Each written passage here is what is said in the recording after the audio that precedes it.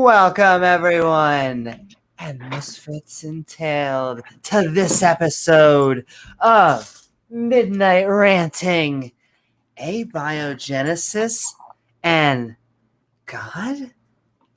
The Lion, the Witch, and the Aim, or the Tranny. The Tyrannosaurus Rex. Tonight, we're making a mixed cocktail of biology and deities. So come join James W., myself, Amy Newman, and the whole Skeptic Crew as we have some life-forming fun. I'm all out of entropy. I don't have any more, so you got to find something else to make the drink with. Damn.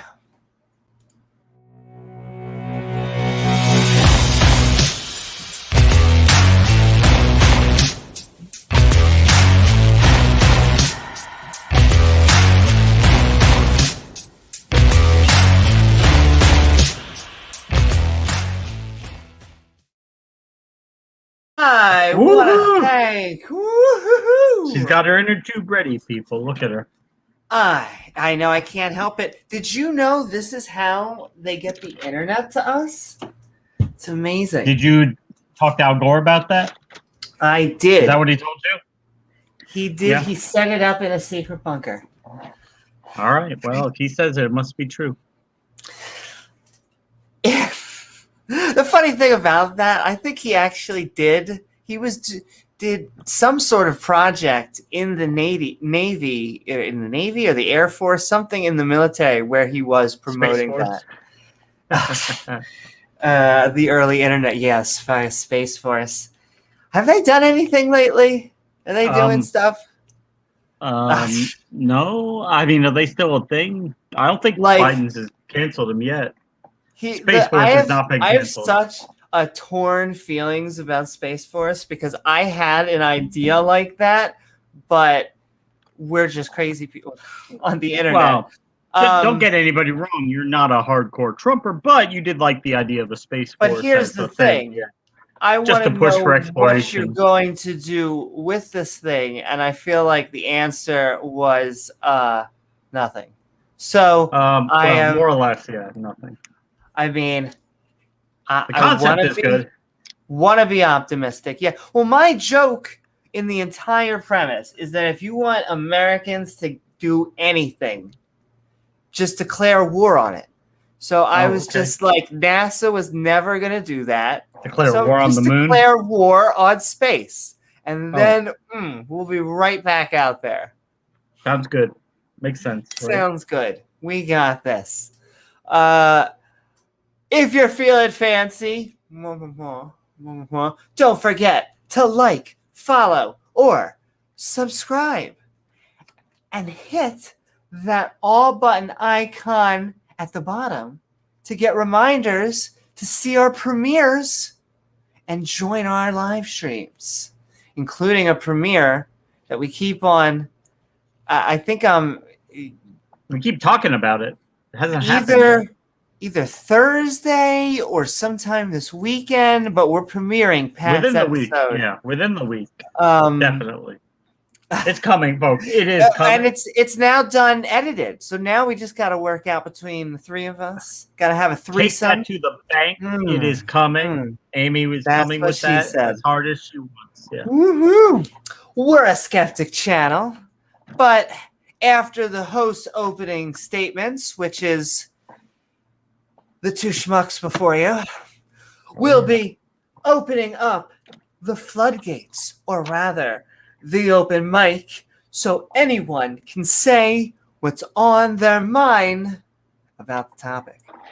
We'll also give everyone the chance to have their own opening and closing statements.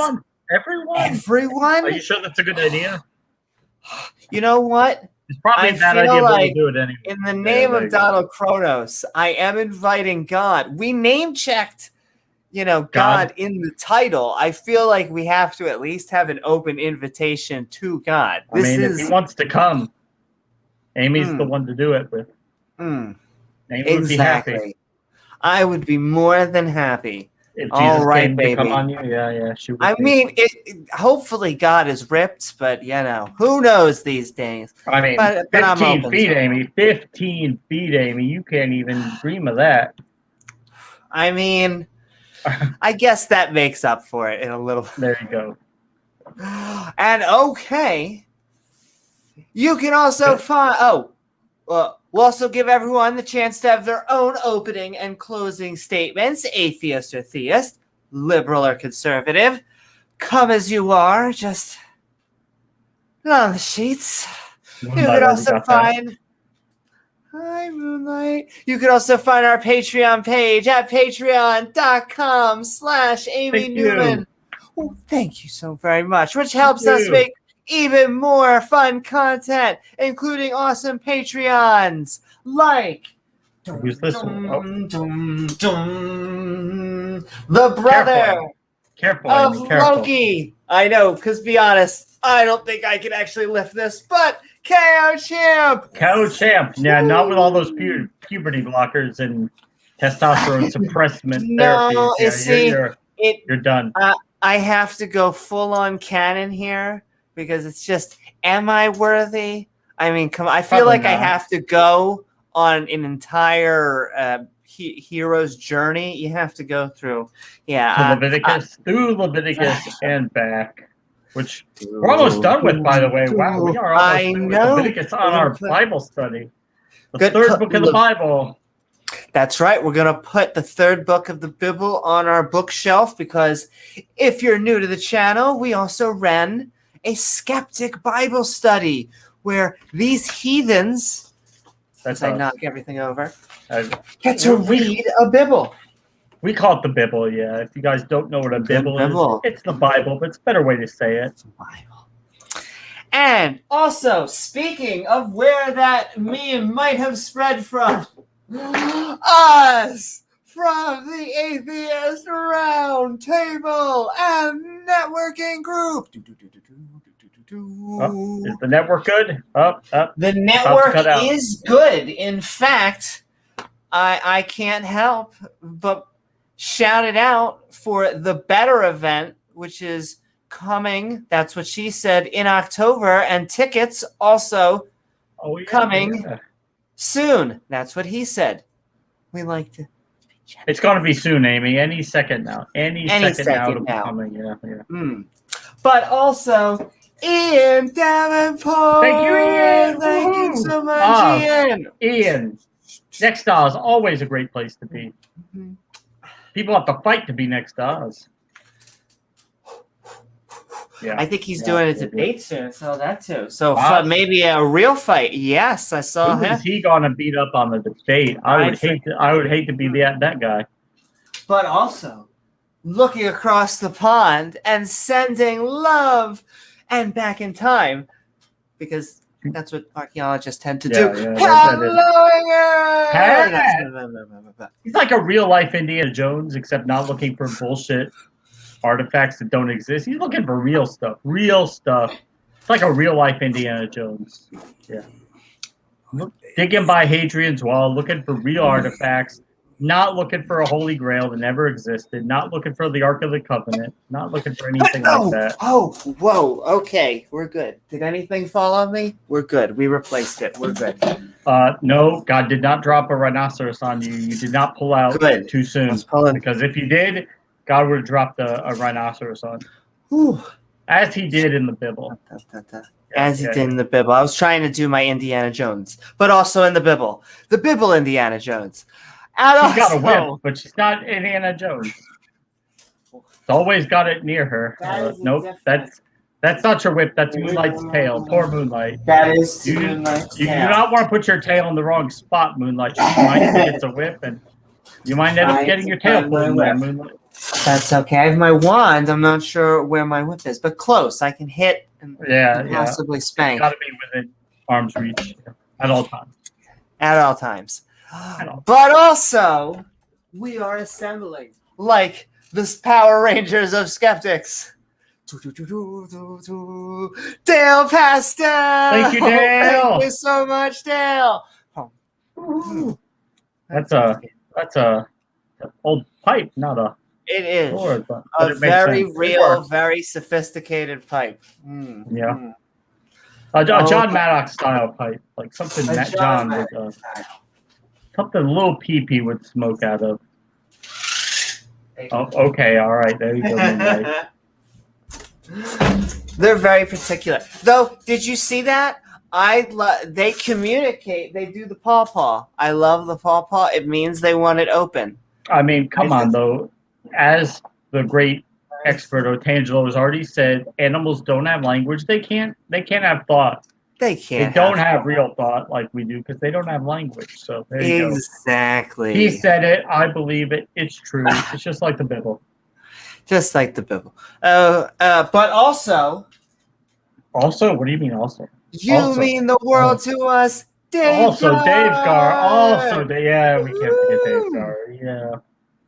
He was really, in the debate. I thought I saw him debate tonight. Or no, it was in your debate last night where, I don't know if any of you guys noticed, but Amy hosted on Modern Day Debate last night. I just picked up there's Amy. Woo! There she is on Modern Day Debate playing James Coons. But she did very good job. I won't say better, but she did a good job on that. And I will say, I fought very hard for just certain comments, but I feel like I did as best as I could. But oh my God, it's just. I think even Matt Dillahunty, who was there and very active, he was. Shout out to I think even Matt Dillahunty recognized you did a good job there. His comment was funny. His comment was batshit crazy, and but it was true. It was very true. He hit the nail on the head, and that's what she said. Yes. Oh, that's right. I'm sorry. Now I'm remembering. Yeah. Oh, he was calling out. What's it called? I was remembering the very end of his comment because he was actually making a serious point. Yes. Cringy sexism / yeah, there's a lot of cringe. A lot of cringe to go around in that debate. So I agree with his point, but then that last part was funny. So absolutely. But also the main hyena. Oh. You got this other hyena coming up. Duke! Woo-hoo! And as always, I shout out to hyenas and all cat forms and all carnivores. Oh. I keep on going back, but I'm Wave there she is. There you go, another member of the cat family. Yay! Hi, Gizmo. What? Kitties are always on the show. You want to be on the show, Gizmo? Absolutely. What is he doing talking to that screen when he could be petting me? I mean, it's ridiculous. That is true. What would he be doing talking to that screen for when he could be petting me? I don't get it. It's crazy. They're like, as overlords, slaves, what are you doing talking to each other when you could be feeding me? Huh. But feed me. Change my litter box. Pet me. Then feed me again, even though I just ate. Feed me again. I don't care. But that's okay. Kitties are always welcome on this stream. But also, last but not least, thank you so much, Regis. Thank you. Our very Shakespearean skull that we love to read on when the Bible gets very thespian, very poetic. Very poetic. Yes. Went down to the streets. Did not like the strange fire and incinerated Aaron Ra's 2 sons. That's so funny. And then Moses spake unto Aaron Ra, saying, do not piss off the Lord thy God, or he will incinerate thy other 2 sons and thyself. That is exactly what I was thinking. Basically. And I feel like we're going to harp on this for a while just because better than a horror movie. Or not better, like a horror movie. It is in the Bible, I think. I mean, we read it in there. I mean, guy walks up to you with a dustpan and a broom and says, go sweep up your sons over there. Yeah, that's what's left of them. They put strange fire. God didn't like it. He incinerated them. And Moses turns to him and says, don't fucking say anything. Doesn't matter that your kids just died, which is such a weird thing. Okay. Don't piss off the God. Sweep them up. Don't say anything. Don't be upset about it. There they are. No, you fedora-wearing atheist. That can't possibly be in the Bible. It's in the Bible. But with that, dun. Don't do it. Oh, she did it. You're fucked. She did it. Yeah. Abiogenesis and God. I'm a little biased, but I can tell you what the connection is. Theists. Wait. More specifically, creationists. What am I talking about? Well, abiogenesis is the study of the origin of life. It's currently the frontier of science as we're studying an event from 4.5 billion years ago. Of course, the world is only 6,000 years old, but How does that? I know. Well, yeah, how could that happen if the world's only 6,000? Never mind. I'm sorry. I just had to interject that one little quick point. Got it. We got to square that circle sometimes. On a landscape that was dramatically different from our own. There are many hypotheses out there.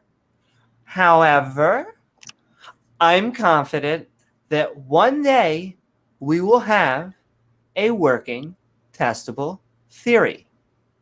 A theory that is naturalistic in its origin.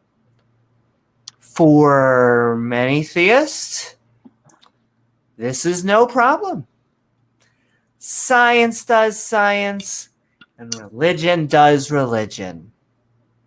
However, these fundamentalists of many faiths take problem with this. They take problem with such an awesome chemical reaction occurring on this blue dot. Though there are good reasons that life exists on Earth, carbon, as John Stewart once said, is the slut of the periodic table. The slut? Did you say slut? Did you call carbon a slut? You're shaming carbon baby. now? Wait till John Maddox hears that. Yeah. Oh my. Yeah, it's a naughty element. It's an X-rated with the ability to bond with a wide variety of other chemicals. We also have a great solvent with liquid water. Plenty of it too, because we're in a band. Water. Water. I don't know what that accent at the end was, but yes, around the sun, where we are not burning to death or being frozen, which is what most of the universe is, though we're not the only planet in that band. Mars is as well, and could have hosted life long ago. So, where does God show up in all of this? Mostly in the off-topic debate of evolution. That's right, evolution, the creationist arch nemesis. Though evolution only happens once life forms. Can you feel the rabbit trail forming? Battling to get their God into textbooks with one hand? So they can eliminate facts like evolution by pointing to the frontiers of science like abiogenesis. Well, one day we will have a naturalistic understanding for the origins of life.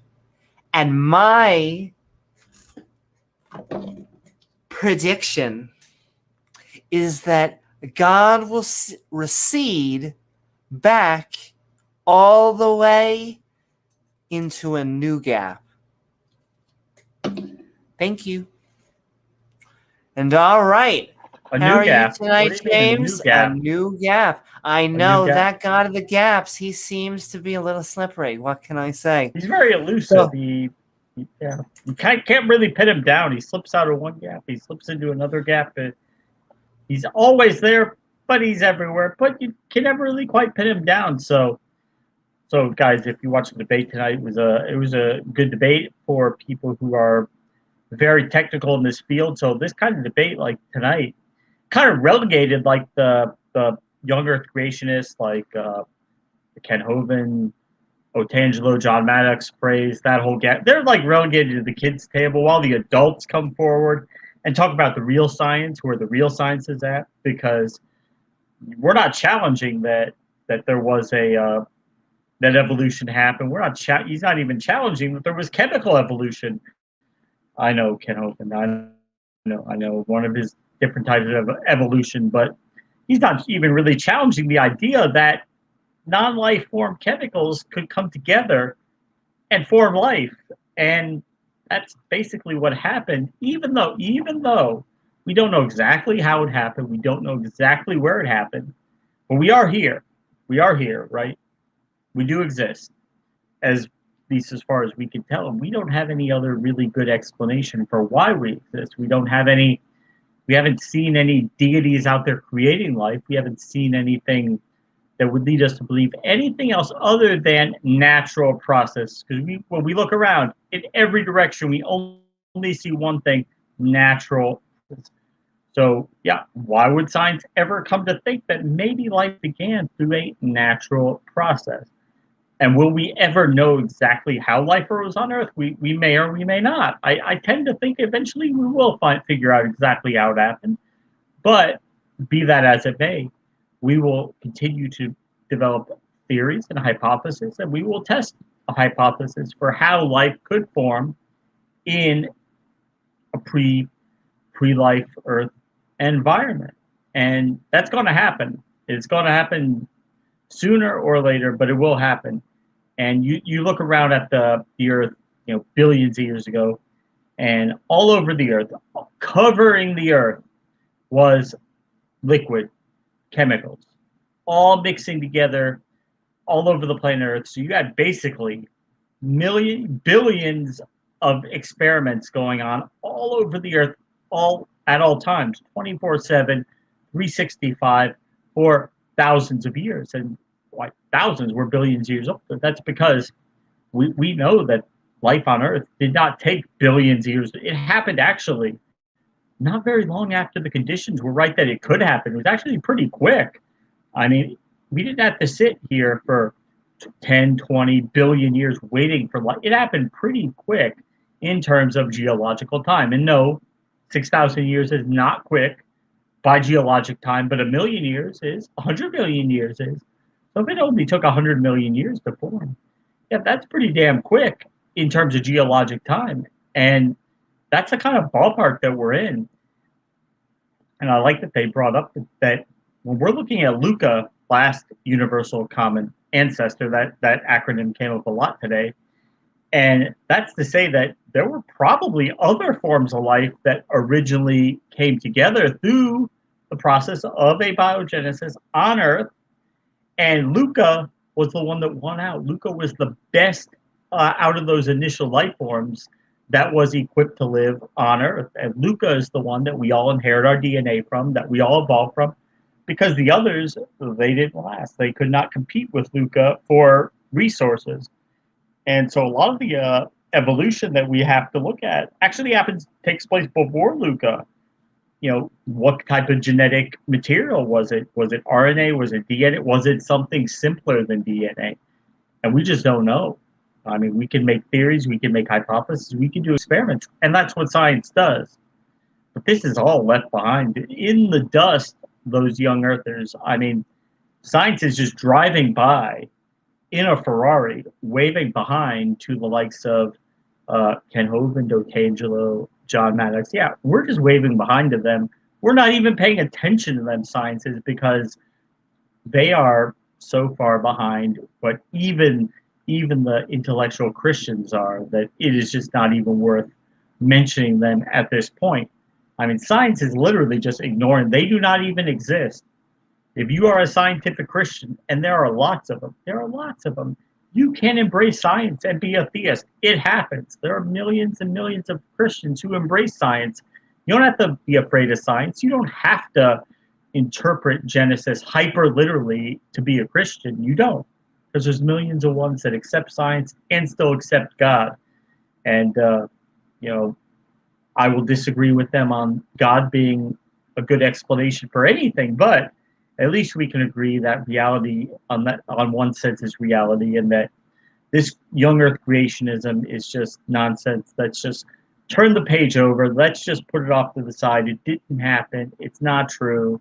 It's kind of silly that we're still debating it, but we are still debating it. So, but yeah, another loss for young earth creationists, because even the Christian here does not take their point seriously, because evolution happened, folks. It happened. I'm sorry. You don't have to like it. Genesis is not literal history.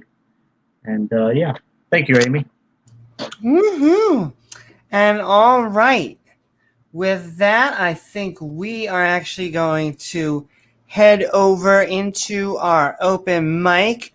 Don't do it. Well, do it Don't anyway. do yeah, it. We'll do it anyway. And I have a few comments, but it was more of a conversation. It was still a good debate, but yeah, mostly they agreed on a lot. So a lot they agreed on, yeah, amazing amount they agreed on. I mean, it kind of reminds me, like, I'll just say briefly of like like the ARC debates, like if and you'll see this happen in a few debates. I've heard Gutsy Gibbons say this, like debating things like the flood. Like, if you want to come out and say that God did X, Y, and Z by magic, I mean, I can't prove that's not true if you're positing a magical hypothesis. I could just say that, well, we don't have any evidence for it. So these Christians, they can come up with all kinds of magic that they want to and insert God anywhere they want. There's no evidence for it, but they could still do that because it's impossible to prove that didn't happen. You can't prove that wherever Luca formed or whatever Luca was made of, there wasn't God and Jesus standing by right next to Luca, I don't know, manipulating the enzymes or the proteins to make it all work. But we just don't have any evidence of that. There's no reason why that would have to happen, but can't prove it didn't happen. Yep. And just saying hi to everybody. Look at all those out there in chat. Mark Reed. Woohoo. Woohoo. AJ is doing a lot of good work on. How drinking are you? I'm actually a social drinker, so I am 0%. Yeah. But if anyone would like to go out to drink, especially at an open mic, because that gives you the liquid courage. Do love. If you want to go on Patreon and give a lot of money so Amy can buy a drink, we're open to that. Oh. If you want to give enough money so Amy can go out and buy a fancy drink, yeah, do it. Do it. Or get more, even somehow more props. Oh, yeah. I mean, it would break my heart, but if our opening sequence was like 30 minutes long, just because you're going over all the Patreons who are awesome enough to support us, well, that's just how it's going to have to be. That's just going to be how it's going to be. Also, hi, Flum, and hi, James Russell. And hi, Parriot Planet, hanging out in Twitch with us. Woohoo! And God equals the square root of 1. -1. -1. Negative. That's true. It would. Yeah. Trying to make God the joke work.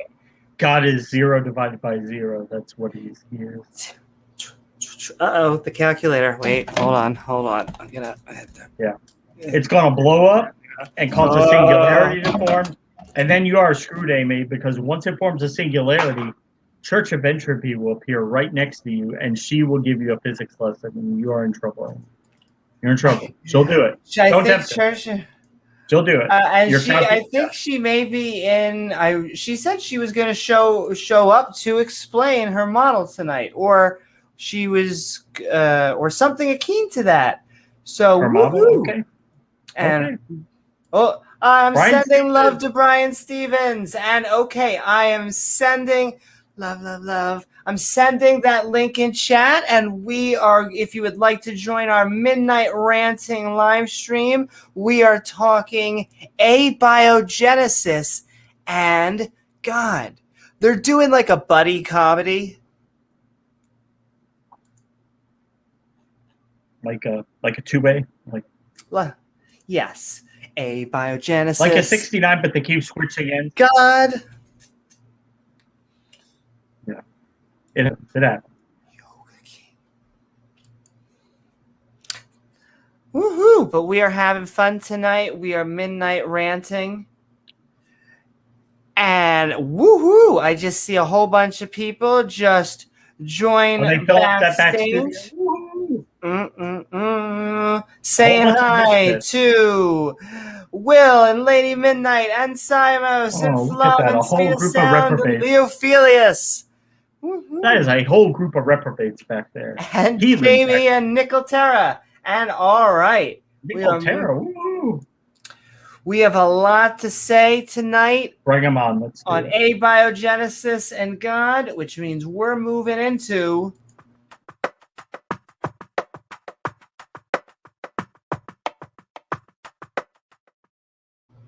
Bring him in. Bring him in. Oh, there he is. Woohoo!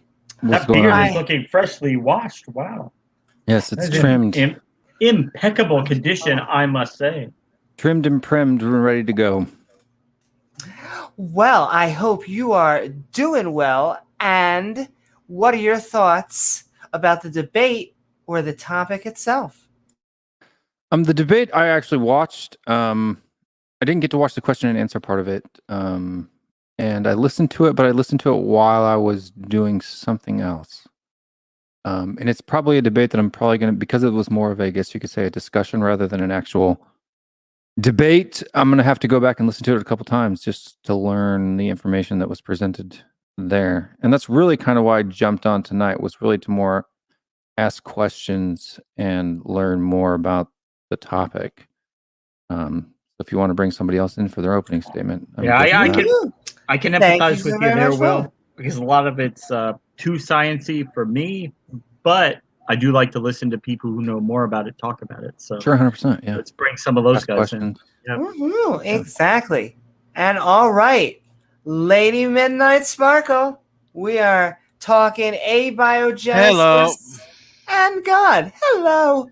Hope you're doing well. What are your thoughts about the debate or just the subject in general? Well, I didn't watch the entire debate, mainly because by the time I started watching it, there was audio issues, just like people were pointing out in the chat, and I was like, yeah, okay, this is boring. Like, I see lips move, but there's no sound, so I'm like, yeah, I'm gonna go do something else. But regarding the subject itself, creationists always make the claim, that we never, that we'll never be able to recreate life in the lab.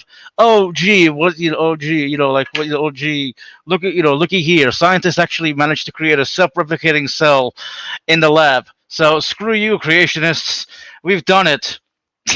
But that took a lot of scientists to do, and scientists are smart. So that just proves you need intelligence to make life, right? Yeah, I know. That's a fucking argument they give, right? Like, it's heads I win, tails you lose. Like, even well, when it comes to creationists regarding biogenesis or or any other subject or ideology, like there's no way to convince them, because I always, they will always move the goalposts. Okay, now I'm willing to grant that a God exists, but if a God exists, he created the universe in its current form, like 13.8 billion years in the making, right? This whole argument is like, well, it takes like 10 to the 10, what was it, 10 to the 150th power years to create a protein. uh you guys do realize we're here, right? The mere fact that we're here kind of disproves that claim that it takes 10 to the 150th power years, which I guess it's a Googleplex. I don't know. I don't know how. I don't know to what that expands to. But I don't know. I don't have my Otangelo soundboard ready, so I can't do the but give I you just the exact odds. A role play. but I guess I get okay. So without like without a god, they claim it would have taken, let's just say, a trillion years. So hey, you know what? The universe, maybe billions of years old, but without without God intervening, life never would have happened. I'm like, okay, how do you know that? Like that, not to sound like Darth Dawkins here, but how do they know that? You know what I mean? Excuse me. What's your fundamental? What is your everything? What is your all? Are you asking a genuine question, or are you asking a mocking No. question? I'm asking the Darth Dawkins question. Focus, Newman. Oh. Focus. Oh well, I don't know. The topic. Amy Newman has debated Darth Dawkins before. I don't know. The topic is always interesting to me, because I always wonder, how do we go from abiogenesis to who we are right now? Who we are right now. Like, what I mean? When I think about it, our entire brain is just made up. It's just made up of elements, right? Of chemicals doing their own thing. How does that give rise to consciousness? Like I could go on and on and on. You know what I mean? I don't know if I should save it for my own stream, or just have the longest opening, the longest opening in the stream. You know what I mean? If Amy wants, you could just, I don't know, like fucking kill me, in the sense of putting me backstage. We've had streams on consciousness before, and that is something that Amy actually feels very strongly about, because that is something she's looked into a lot. Well, I can understand, given who Amy is, I can guess why. Well, she had some neurological issues that she has that has led her down that path. So I mean, it's have a combination. Well, yeah, I also have that's neurological. one of them. Well, I guess it's more neurological and psychological issues that make me wonder, who the fuck am I? How the fuck do I fix? How the fuck do I fix this damaged human being standing before you, or not standing before you, but you get the point. Like, speaking before you, I guess. That's okay. Come as you are. Also, I mean, he said.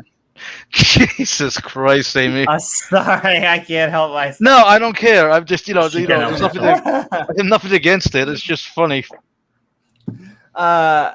This is that's why her goal. It's almost why this is why I had to do comedy, because I have to actually stop myself from making jokes. So making jokes and doing this stream probably does wonders for your confidence level, right? Woohoo! Yeah. It keeps us sane, It keeps us sane, because if not, otherwise some of these topics would just drive you crazy, right, Amy? I mean, it's therapeutic. I mean, part of the reason why I haven't done streams in a while is because of because of my stuttering and not feeling like dealing with certain people that frequented the chat. And I was like, yeah, I don't feel like dealing with you, so I'm gonna stop streaming for 4 months. I'll just go on other people's streams. I'll just go on other people's streams and stay quiet. Think of a spot. Well, you're always welcome on our stream. And you're always, I was going to say, you're always welcome on our stream. And all right, we're not gonna put you backstage. We're just gonna sit together as we get everybody in. We're getting Simon's Funk. We are Midnight Ranting. Okay, well, I've just got one question for you, James. How old are you, James? How old are you? Are you a teenager in an adult's body? Is that what it is? I mean, are you an adult in a teenager's body? Is that what it is? Because that's what you sound. Oh, sorry, I'm channeling Darth. 38 next month. Yeah, don't tell Yes, Darth. I can't believe that because you sound like a I sound like a teenager. Amy sounded 14, but then Darth didn't want to insult 14-year-old, so he called her a 12-year-old. Yeah, he didn't want to insult. I love it. I love it. Okay, I'll just get on with it because then I'll try and be brief. I was thoroughly disappointed by the conversation, mainly because it allowed Sygart to kind of strawman all of this, or just not strawman, but really dodge the question. Because the question was supposed to be abiogenesis, i.e. how does life arise from non-life? That was the question, and he basically just completely ignored that and started talking about the situation, I felt, of things like cells. We don't have an explanation for cells. Well, cells is way along the line. Cells is already part of evolution. All right, and so and this was the problem. Every time RJ was bringing something up, I think Sygart would tend to deflect almost to a later part of the evolutionary story, and evolution is not what the debate was about, right? And he kept deflecting that way, and I've since gone on to do some research since the debate and find out that actually he feels that it is impossible for life to arise naturally, and therefore I think he's being disingenuous when he says, well, I'm looking for the how answer.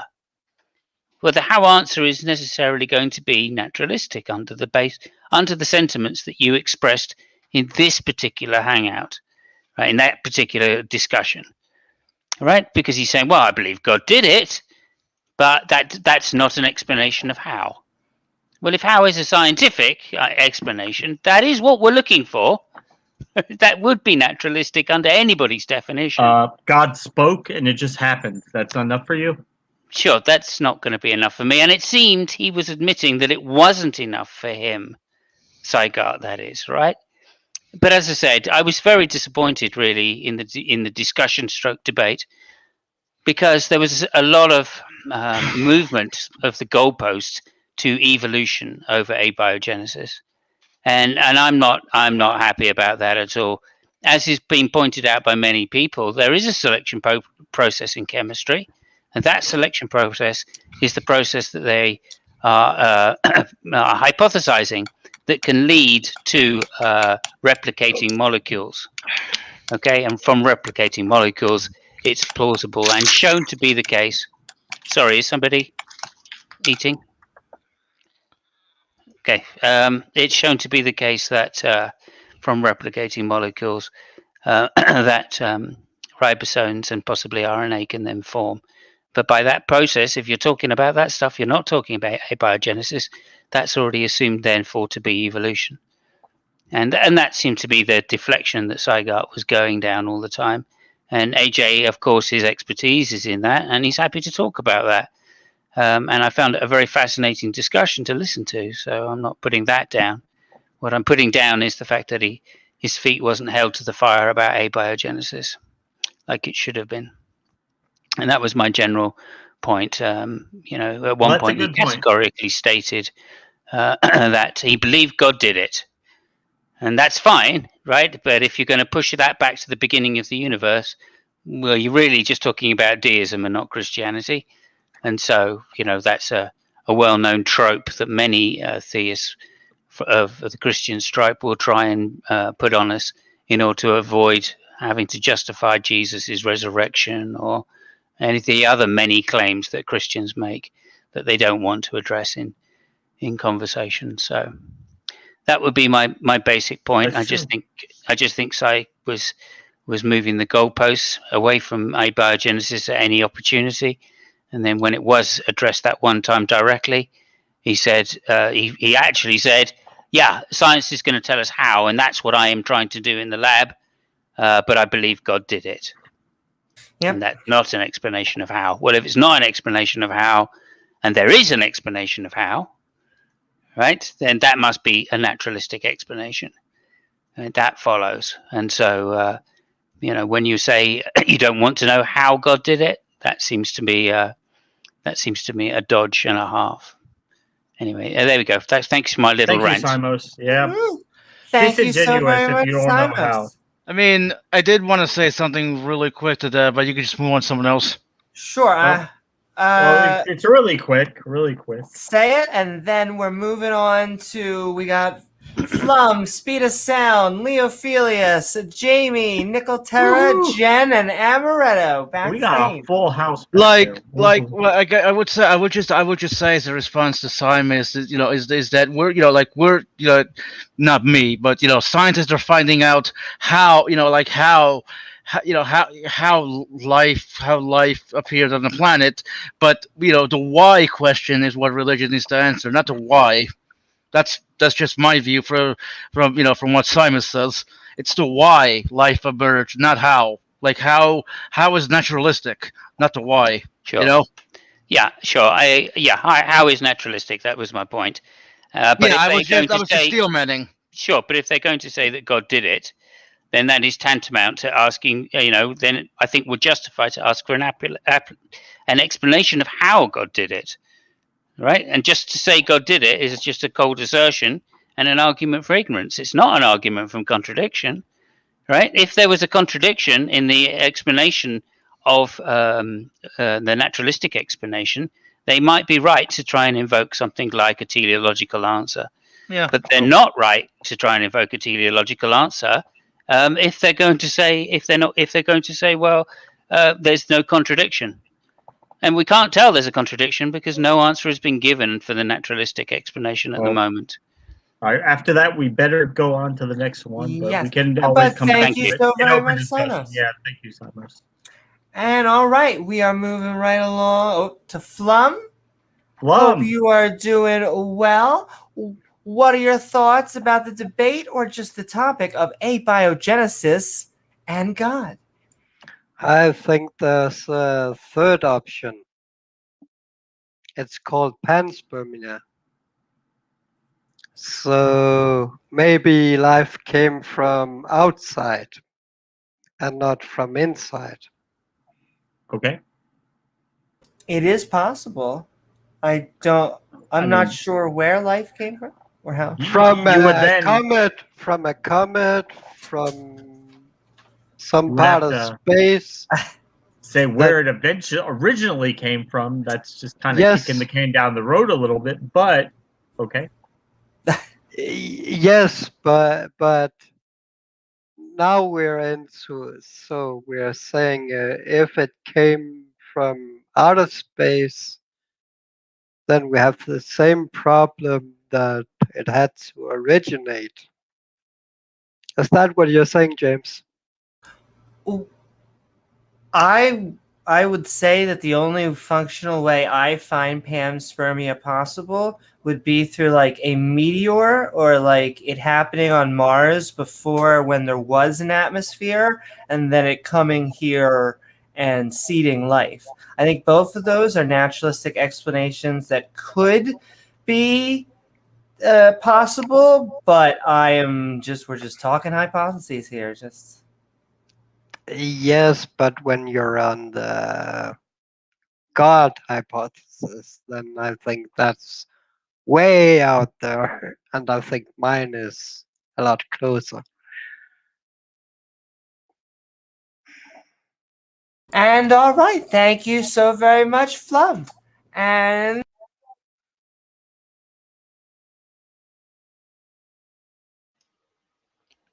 hello, did it freeze? As I kick myself out of the stream. But hi. I was gonna say. So that's Flum.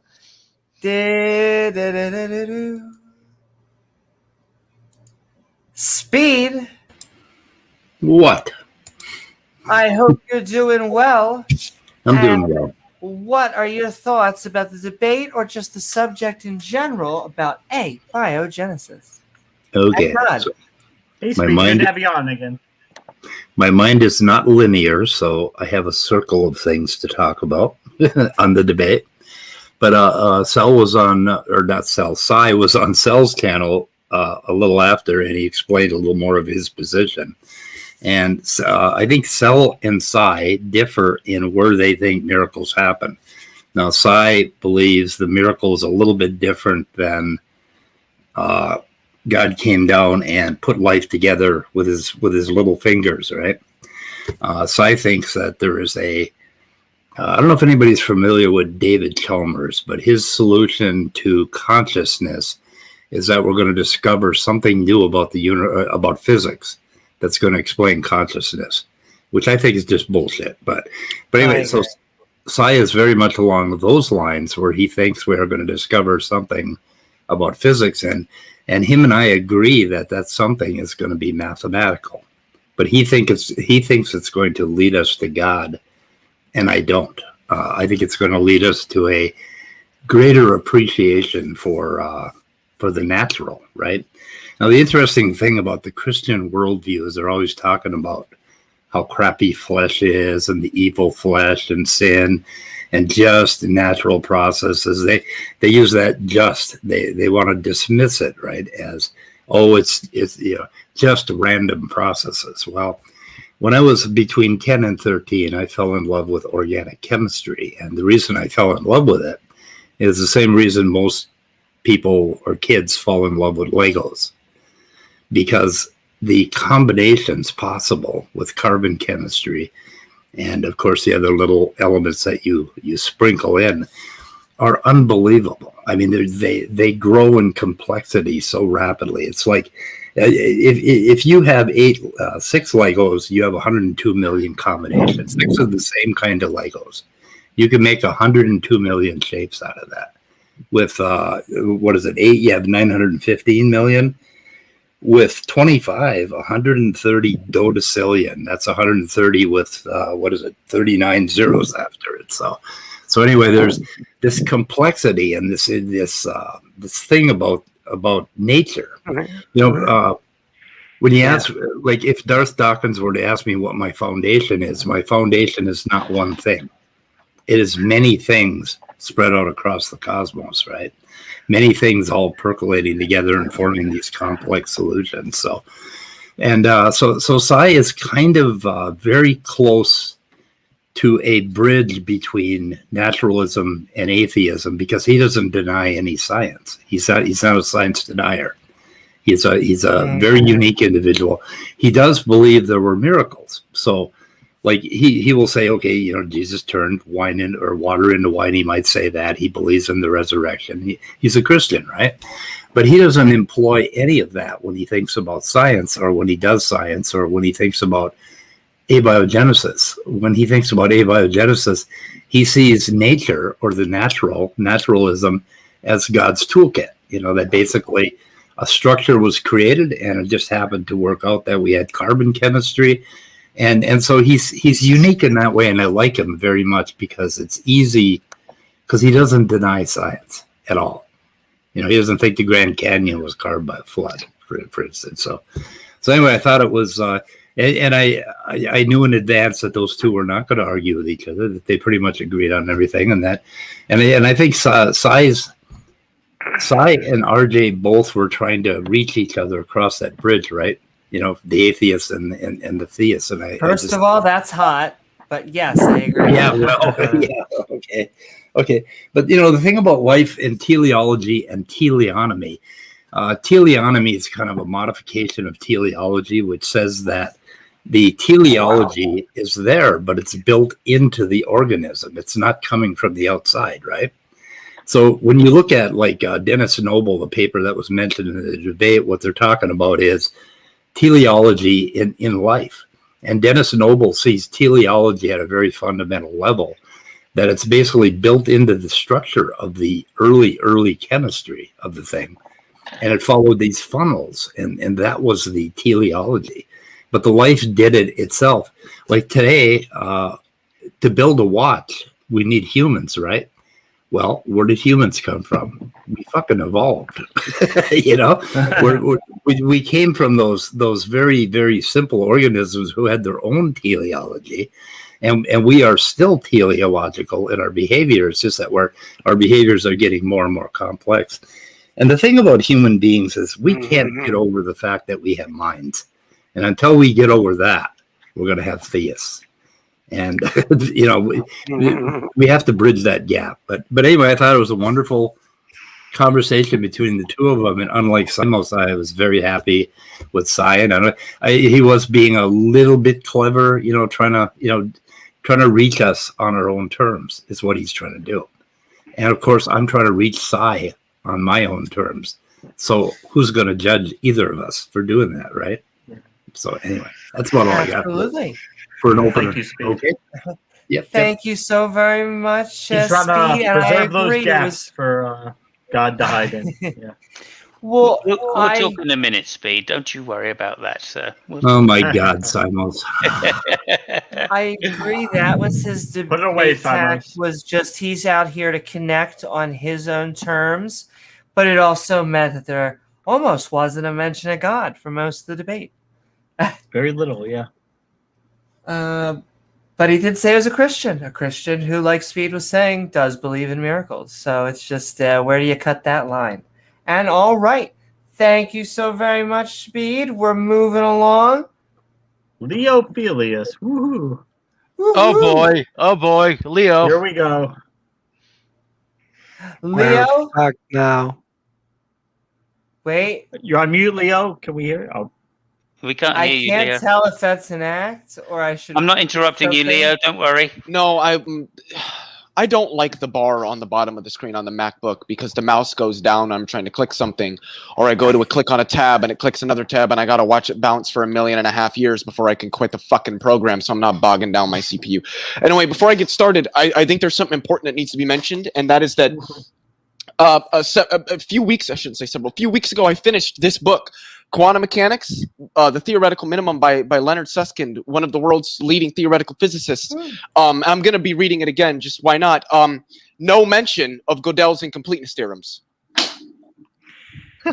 Something deeply hidden by Sean Carroll. Great book on science, really good for the Everettian foundation of quantum mechanics, and I must say that there's no mention of Gödel's incompleteness theorems.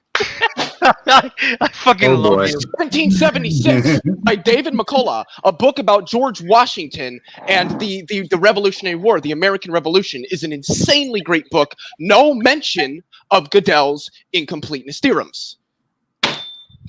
And lastly, the Bible itself. Now, this is the Catholic Bible, so some people might not even say that this is the Bible. This is for young teens. This is the most important book of all. No mention of Gödel's incompleteness theorems. Anyway, as it concerns the debate... You didn't mention Hustler there. You didn't mention Hustler. Can we see your degrees, Leo? Can you? Do you have them in a Show us frame? your degrees. Yeah, give me a few minutes to craft them on a paint shop program, and I'll have those. Could I just interject a funny comment there? There was a book that RJ referred to, of course, which was something like Gödel, Escher, and Bach. Oh yeah, I wanted And to there buy that is book. a mention of Gödel's incompleteness theorem in that. So there we go. Yeah, I want to buy that book. As it concerns the debate, I thought it was a good debate. I do like Sal. Sal, Jesus, here we go. I'm pulling a Speed. I do like Cy. I think one issue is that we didn't really hear much about God in this debate. It seems weird because the debate was about abiogenesis and God. So my assumption was that the debate was going to be something along the lines of if God, and if he does, how God plays into this question. I don't think that he does, and I don't think there's any reason to assume that, whether or not God exists. One of the big things is that a lot of the things that they claim we need to do in order to show that abiogenesis is even plausible have been done, and we've been doing for 40 plus years in the laboratory. We know that there are numerous different compounds that are autocatalytic, where they can create particular substrates that are then utilized by the molecule that's creating them to create more of itself. And this was likely how self-replicating bits, I guess you could say, self-replicating structures evolved, is that they started as autocatalytic autocatalytic structures that evolved slowly into self-replicate, more honed self-replicating structures, which then co-localized with numerous other various structures and processes, which came together to form the first conglomerated thing that we would have called a cell or life. That's all life is. Life is a massive and extraordinarily complex, more so than it would ever need to be, a conglomeration of numerous different chemical structures and processes that are designed, not really designed for anything because they're not designed at all, that have just persisted through the ages into the modern age and have continued to evolve and change into all the things that we see today. We've got a concordance model in cosmology and in physics. Evolutionary biology as well as abiogenesis would be the concordance model for biology. It's the model that is worked with. Sai mentioned something about Boomer. what was it? What the hell did he say? I can't even remember what it was. I can't even remember what the hell I was gonna. I knew what my response was, but I didn't know what he said. Now I'm trying to think of what he said, and I lost what the response to it was. So I'm just gonna skip over that point. Hopefully, it comes back up in the open discussion. But to end, there was a point that was made. Who made the point? Jesus, I can't keep track of anything. Apparently, let's just move on to somebody else. I made the point. It wasn't anything to do with that. It was a point that either Speed or Simos made. Move to somebody else before I piss myself off more trying to remember it, and I can't. Nicola Terra. We Terra. got Nicola Terra. We got Jen Amaretto, and I think we got Randolph backstage. Jamie, are you trying to get on? I can get you in between that also. Hot. But just tell me in chat, because I can see it says people are joining, but it won't let me see who's trying to join. But yes. How are you doing? And what are your thoughts, Nicola Terra, on the debate or just the subject of abiogenesis and God? I think I blacked out, passed out for a solid 5-10 minutes waiting in the back because I fixed my sleep schedule. But I didn't see the after being forced to drink a bunch of root beer, hope the sugar kicks in. Maybe Lido can hype me up. I don't know. But I wrote an introduction because I don't want to be incredibly verbose like I usually am. Before anyone strawmans the word scientific theory, it's important to realize abiogenesis. Hold on a second. Is the de facto assumption worked in astrobiology. Volcanic vents are already an active research topic and area for life, from single-celled organisms or extremophiles adapted to said conditions. Whoever may say abiogenesis is not true because it is only a theory and believe in the alternative, which is already mentioned, it was panspermia. I've talked about and biogenesis. I've talked with Amy and James before about biogenesis, if they remember. I'm actually usually a biogenesis kind of guy, but that's not the case for Earth, it seems. Basically, if you believe it's the only theory and believe in the alternative, that is perfectly valid if you're fine with moving that goalpost, biogenesis. Just don't expect me to work backwards from a conclusion God triggered or did any of this, because it is unnecessary. And that's my intro. Thank you so very much. Are you a panspermist or? I'm sorry, what? Were you a panspermist or? What's the word? It's not that I was a panspermist. It's just I'm a pragmatist. Water on the ocean came from comets from outside our solar system that have. Some of them could have been interstellar. I don't know.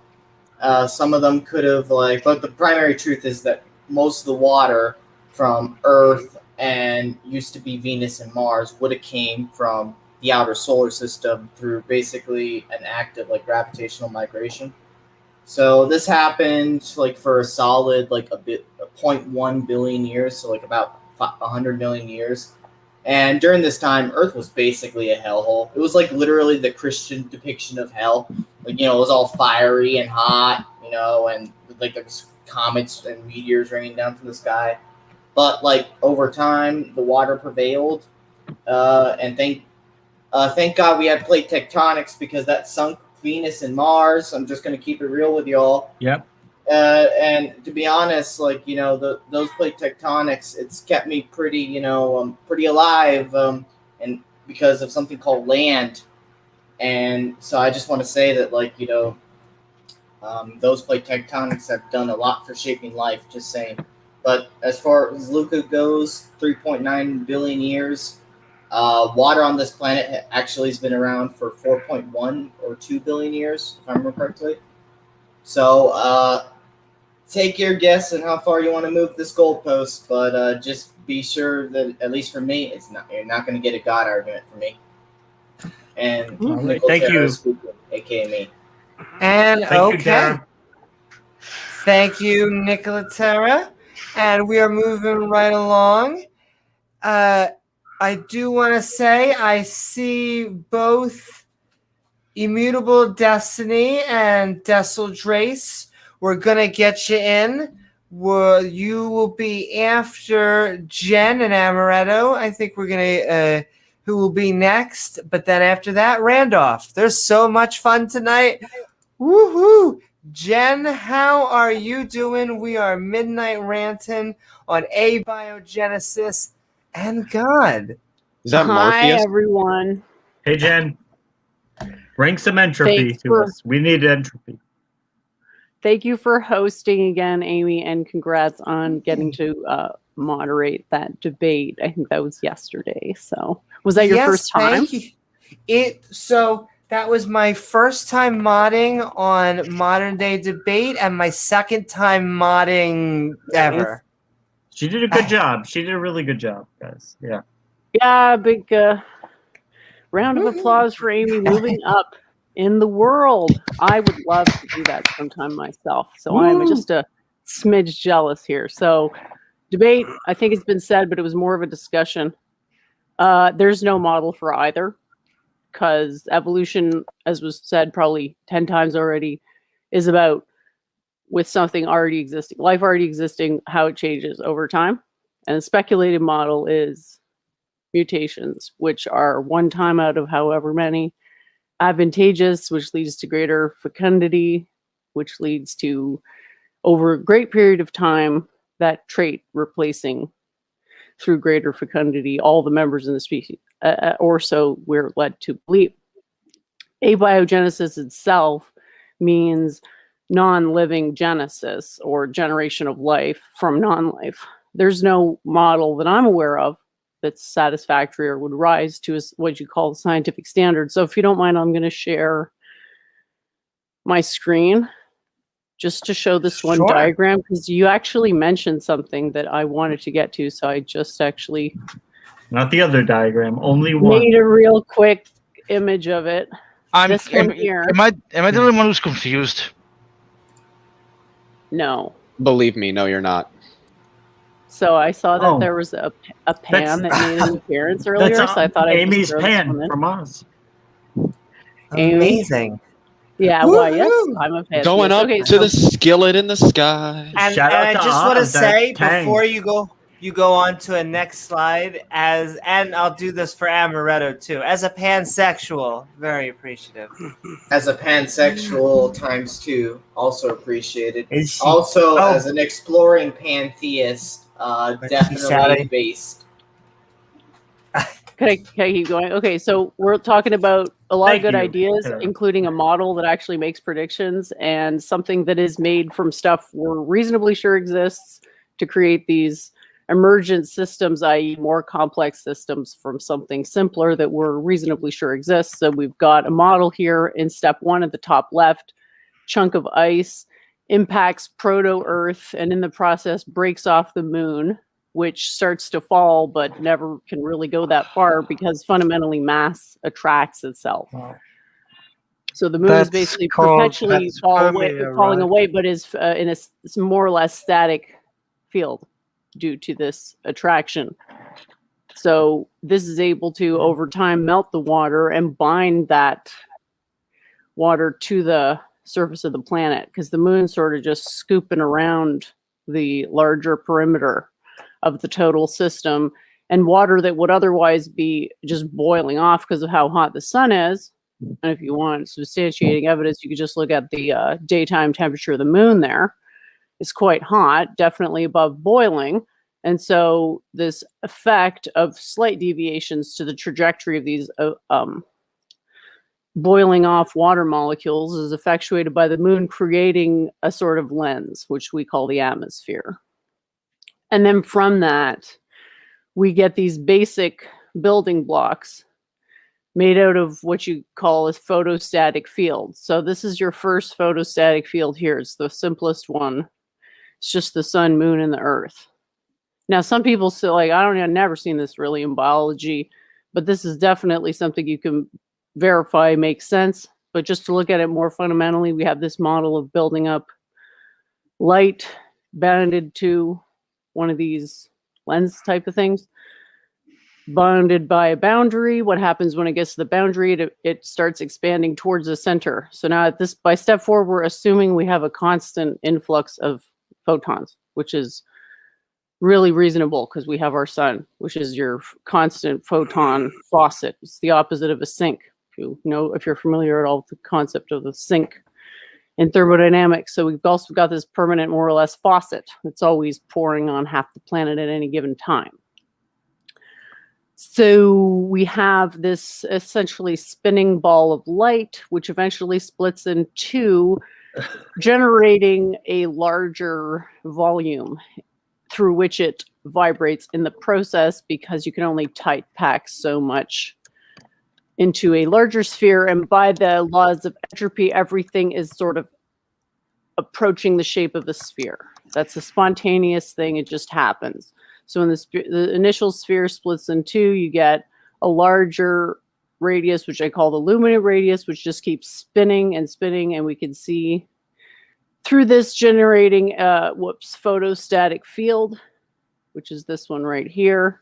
So no matter how many subdivisions you have to your initial piece of light, it binds the field to within a specific size relative to the original binding structure, which is going to give you your stability that you need for life. And I have a video, but I won't bore everyone with that. But if at some stage it's like about 3 minutes long that we could watch, which is an aid to visualize it, but I'll stop sharing for now and do like my overall demonstration, which is you got two of these orange light balls. So we've already shown how those can arise spontaneously, right? Because the planet is literally a static light ball. So that's what binds the atmosphere. So we have these on the micro scale as well, because it's all just spheres, no matter what order of magnitude that you're on, from the largest to the smallest, it's all just spheres. So go down all the way to the level of a carbon molecule, which I know was also mentioned earlier as being super important to life. Just to remind why that is it can form long, stable chains because it's equidistant from what are called maximum entropy states, which are your noble gases. So carbon is smack dab in the middle of the two of those, which are too inert to do anything. So carbon is like in a tug of war between the most inert species, which gives it an inertness, which is where it can get those long chains from, but it also allows it to undergo reactions under the right circumstances. So we have a model here, which is showing your two light balls, and the tiny little, I don't know what you want to call them, they're also balls. They're meant to model the various parts, like that you could think of each of them as a base pair. So they'll line up along the surface of the light because matter seeks to repel itself along a charged field. This is a basic principle of magnetics. Like it will just sort of spread itself out, but it won't turn all the way back. Like this won't be able to turn itself back to its origin point because it matters is going to repel along a charged, an energized boundary. Light's not charged, but it can generate charge, just to be clear on that. So to get to the most balanced state, which is where we have to start from, we line them up so that the line is going on one side here and on the other side here, so they're on opposite sides, and then you just spin them because light, as we know, has internal vibrational energy, and then from that you get, look familiar? Yeah, that's your DNA double helix shape. So that is a model making a prediction of something we know to be part of life. So then the next step would be to go to, well, how do we know what life's going to look like? Like, how can we predict a heart? And that's something we could do using the photostatic field, because as it turns out, dividing a sphere into 4 subspheres is a very low energy state, i.e. a high entropy state, because that's the same thing.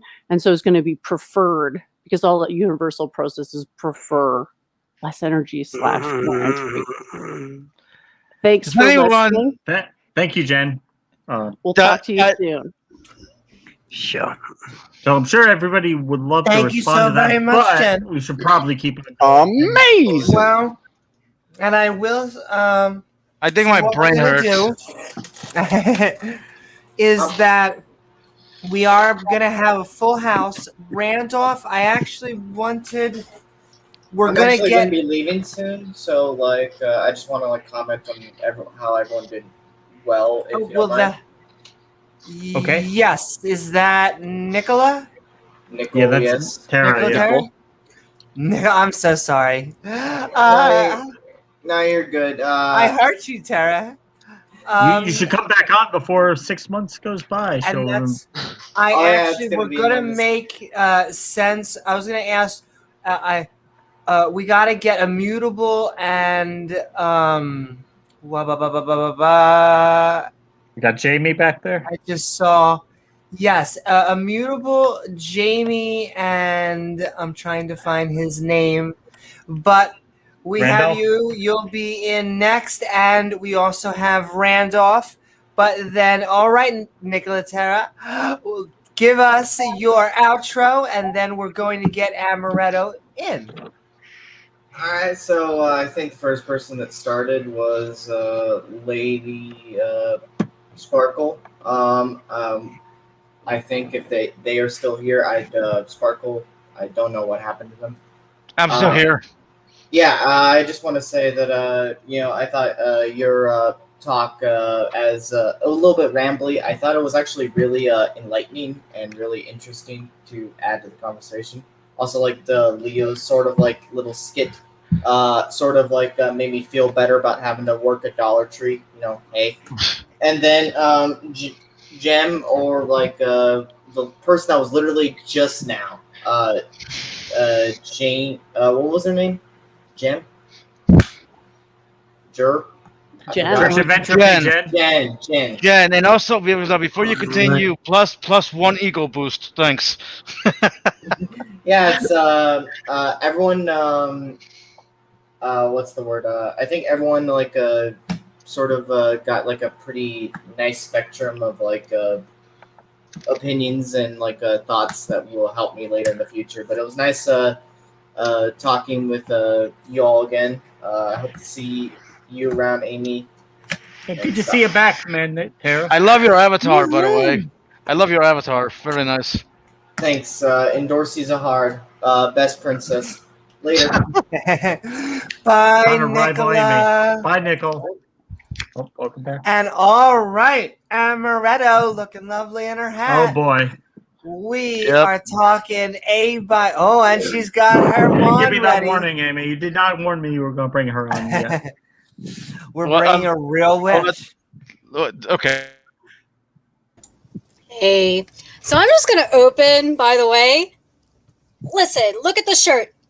You can't win against me, perv. Oh my gosh. But anyways, I didn't get a chance to see the debate. I actually just got back from today. And so today's been a little bit of a crazy day. But as far as like the topic of abiogenesis, like I definitely think that there is precedence to believe that, there might not be a creator God. However, like as a theist, I am in the realm of science and, religious faith being kind of intertwined. I would love to see more research and, just for things to continue because, my hardcore belief is that we do not know, even in year 2021, everything there is to know about the world and how we got here and why we're even here, if there is a reason we're here. Or if we were just, kind of like, how there's the sperm that won, we were the species that won. So that's just kind of like my general thoughts. And, it's interesting to hear everybody's different opinions. And passions about this kind of topic. I know, Amy, you've been kind of excited to do something like on this kind of topic for a hot minute. So, it's just interesting listening to everybody and just kind of hearing people's thoughts and seeing how we kind of like, maybe like have slightly different perspectives and, can talk about it. So that's kind of. Amy gets excited for every show. She does, but there are some topics that are more closer to her heart than others. And listen, like this is about science and how the origin of life is, and so I know this is one thing that kind of gets her, a little bit excited to kind of talk about, and it gets our wands up. It gets your wands. Yeah, there you go. But show your wand. You. I can't tell, Shogun, if this is if he really wants you to show your shirt again, or he just likes looking. So we'll show. Either way, there you go. Either way, there you go. You only can't plans. win against She's the on curve. Get That's her right. Only plans. Yeah, that was good. Custard. And so, Jamie, I think Randolph and you kind of switched when you DC'd. Tell me if you're the person trying to join Jamie, and because I know you're next, and we'll get you in here. But until then, we'll get Immutable because he was able to join. And James, we're going to. I need you to just do quick time shares in hell, but I love you. And Immutable Destiny. Time here in Atlantic City. I mean, wonderful place to sin and beautiful. He can work from home and like just try and build like his own little cult of heathens, gambling, debauchery. Atlantic City has it all. See, sounds like a fun trip. We're going to party. But Immutable Destiny. We are Midnight Ranting on Abiogenesis. And God, what are your thoughts? Oh, what are my thoughts? Oh, that's such a complicated question. Depends on the day of the week, really. But my opinions can be as diverse as there are opinions on the origin of life itself. But I enjoyed the debate. I thought it was really interesting. It's always curious to see where these debates go because the origin of life is a mess of a field, and there's a lot of different questions that need to be answered, and we're not anywhere near close to really having it. Although, one thing I can say for certain is that carbon is a messy molecule, but it's probably the only molecule that would serve the appropriate functions that life needs for it. Actually, I was in Sal's stream earlier, and me and Sal and Otangelo and a few other people, I think John is there being polite, that's kind of rare, we're talking about some of the issues in Abio and Sal's perspective and my perspective. I think Sal does a really good job of supporting mainstream views and even pushing back where there needs to be, where progress in Abio is not as clear as, or direction for research in Abio is not as clear as it may appear to be. But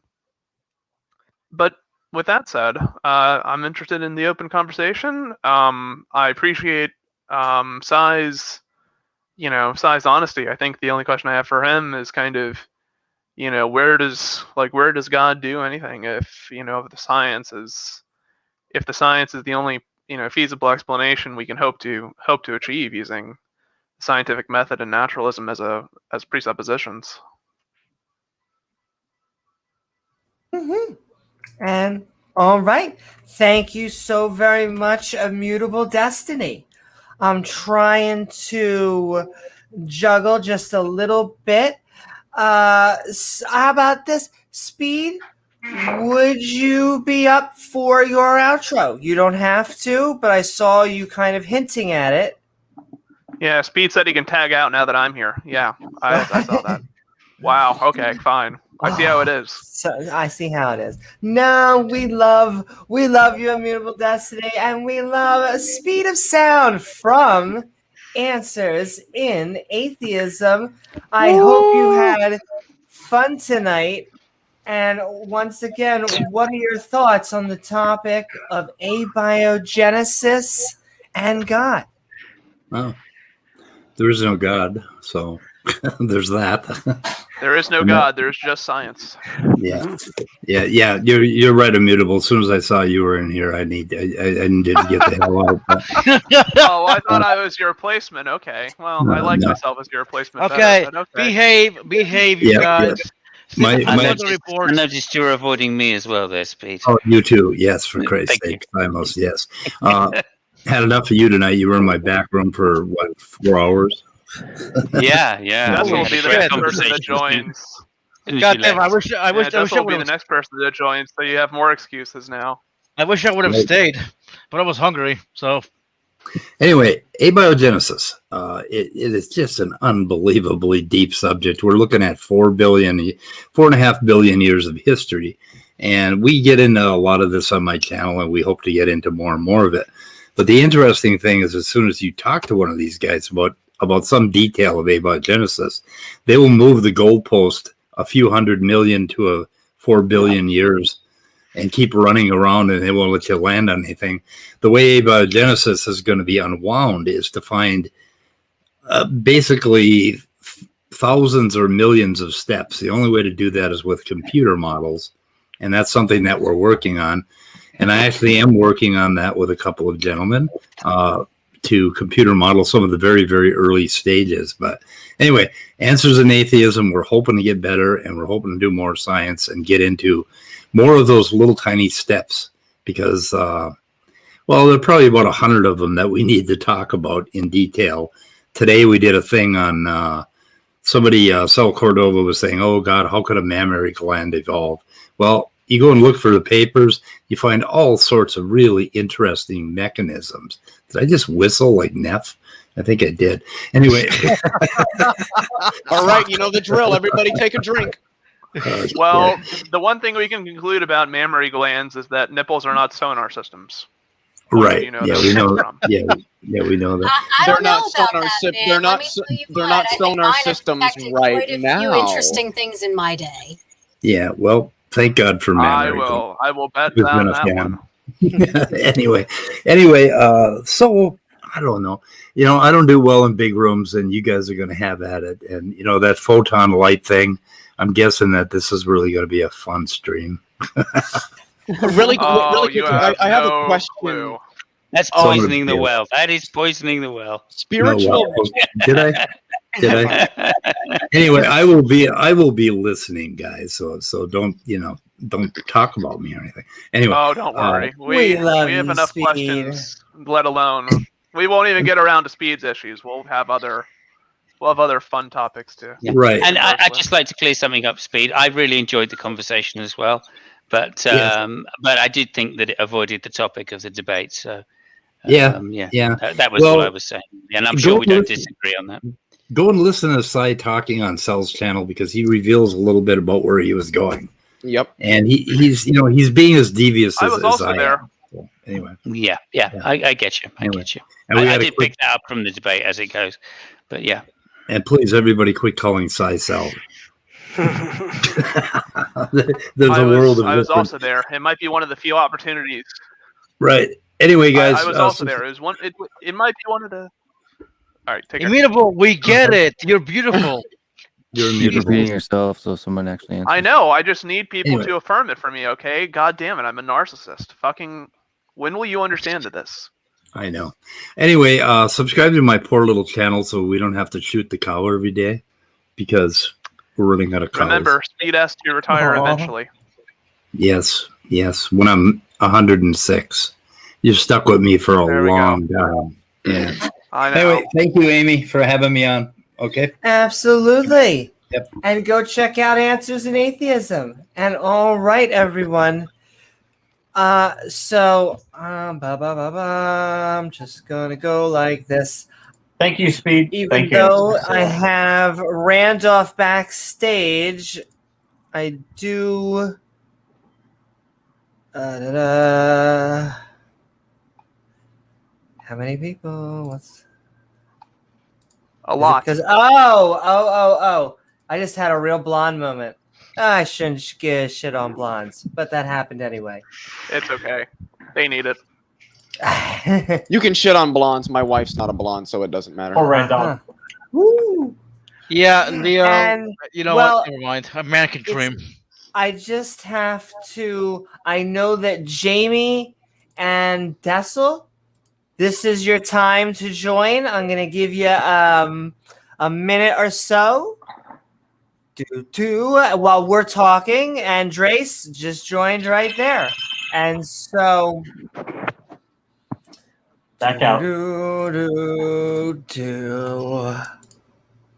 talking, and Drace just joined right there. Your sound is working. He's announcing There's a his video own playing. entry. Amy, if you hear this in the future, run! That's a good one. That's a good one. Damn it. Okay. So close. So close. Hi. But Trace, how are you doing? We are Midnight Ranting on Abiogenesis and God. What are your thoughts about the debate or the subject in general? I like the debate. I thought it was like good introductory material on a lot of stuff. I normally don't have. I've ceased doing open mics, but hold on 1 second. Oh, you're still listening to Sal, are you? It's really weird. That actually was just like a tab in the background, and it started to play all on its own somehow. Okay, so let me X out of that. It's a sign from the great beyond. I guess so. Damn you, Yahweh. I like that RJ went over like a lot of the history of it. I wish that they would have dived into a little bit more detail. Sai brought up chirality. He brought up polymerization. And RJ, he went into that a little bit, but I wish that there would have been a bit more back and forth, studying that a little bit more in the discussion. You take a look at certain other debates, like when Professor Dan and Sal had their debate. They really got into the nitty gritty on a lot of different details, and I like it when the conversation flows like that because you get to learn a lot. And the only thing I guess I'll add right now is that since they were kind of giving a lot of what I would consider to be like overview material, one thing that I wish they would have said, because they mentioned the metabolism first versus replication first debate a lot, and I wish that they would have emphasized that, within the last few years, there's been kind of a push for researchers on both sides of the aisle to start working in a more symbiotic way, working together to figure out pathways in which, both kind of develop over time. Both co-evolve. Yeah, so a particular paper I'm thinking of is, I'm forgetting the exact title, but it's like Origins of Life Research, Bridging Decades-Old Divisions. Yeah, I think that's the one. Yeah, and so that basically makes the kind of point that I'm putting forward. A guy who I follow, an abiogenesis researcher that I follow that I enjoy, is Nick Lane, and in his book, The Vital Question, makes pretty much the same point, that he considers the metabolism versus replication first thing to be a kind of barren debate, that they're both developing at the same time. And likewise, Freeman Dyson, in his older book, Origins of Life, even though he takes a metabolism first view, also gives a nod to the RNA world as something that's developing at the same time, and ultimately they meet at a certain intersecting point where worlds collide. So I wish they would have put that forward a little bit to kind of round off where the field is. But besides that, I thought it was a good overview, and I thought it was an interesting conversation. I have some more stuff to get into a little bit on what Sai mentioned on phylogenetics, but I'll save that for a little later and close for now. Well, thank you so very much, Trace. And all right, we still have one spot open. Like I said, Jamie Russell, now is the time to join. You should be able to join the backstage no matter what, or any theist or anybody. We're sending love, but we are going to add in Randolph, and then we're going into open conversation. And so, with that, Randolph Richardson, we have been Midnight Ranting on Abiogenesis. And God, what a combo. I hope you're doing well. And what are your thoughts about the debate or the subject itself? Well, for the subject itself, I think that there is something I encounter quite a lot with when I'm interacting with, or even especially debating with theists. Particularly Christians and Muslims seem to do this the most out of all the different types of theists who I've conversed with, and there are many Abrahamic religions. Yeah, and there are many who don't make this mistake, but there are a lot who do. They seem to think that evolution includes abiogenesis, and evolution is not the spark of life, as I like to call it. Abiogenesis is how it began. Evolution is how it's changed. To put it in very simplistic terms, I'm sure there's many people here who can be a lot more specific on this than I am. But it would be great, I think, if more people could understand at least this little distinction when they're discussing these different things. Now, Leo, earlier you mentioned Mac problems. I think Apple's tech support would just tell you to think different. I don't know if you've called them. No, they tell me to hide. They tell me to hide the toolbar, which I'm not going to do because then I got to wait. When I put my mouse down there, then I got to wait 10 seconds. Not really, but I got to wait for it to pop up and then click. I don't want to do that. But you know what? I got, you've been really hard on your books. I say you were really selling it. Oh, yep. I'm glad you knew what I was talking about. I tried so hard not to laugh while I was doing that. No, hold on. I just love what you were referring to in that, and you acted it so well. Congratulations! Yeah, the original one. Every single time he slammed a book, I lost my shit. I just love what Randolph just said. You were really selling it rather than selling it. Selling it. Hey, I'm glad just somebody caught that. Yeah, I did. I was like, wait.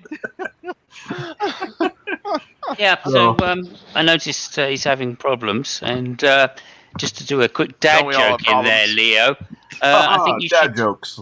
I think you should invoke God for your Abiogenesis problem. What? There we go. Okay, Amy, you better take me off the full screen here. We got to hear this. Yeah, it's too late. That's it. Joke done. Randolph, to plan to tag on. Sorry? Oh, okay. I didn't understand what that question was. Immutable. Oh, I'm sorry. So what I was going to say is I do think that evolution does get involved with abiogenesis, but I do think evolution involves itself in abiogenesis, but I don't think it's the same type of evolution that we encounter with biological evolution. I do think that there definitely is a relation there that's important, because you've got the spark of life and then you've got how life changes. So they're definitely in the same scientific category in a general way, but they are distinctly different. And I'm just going to interrupt 1 second. And with that, everyone, we are Midnight Ranting on Abiogenesis and God. Open conversations, all yours, guys. Thanks, Amy. Immutable, I did have a question. Oh, go ahead. DNA wraps around histones, isn't it? Yeah. It's not photons. If with a photon there would be nothing to wrap around because elementary particles have zero volume. Well, yep. I don't even want to go into that, but yes, DNA does wrap around histones, which are, if I remember correctly, four proteins. But then you have another histone which holds it in place. Histone 1. Yeah. So you have 8. It's 8 histones. So they make a nucleosome. Yeah. 8.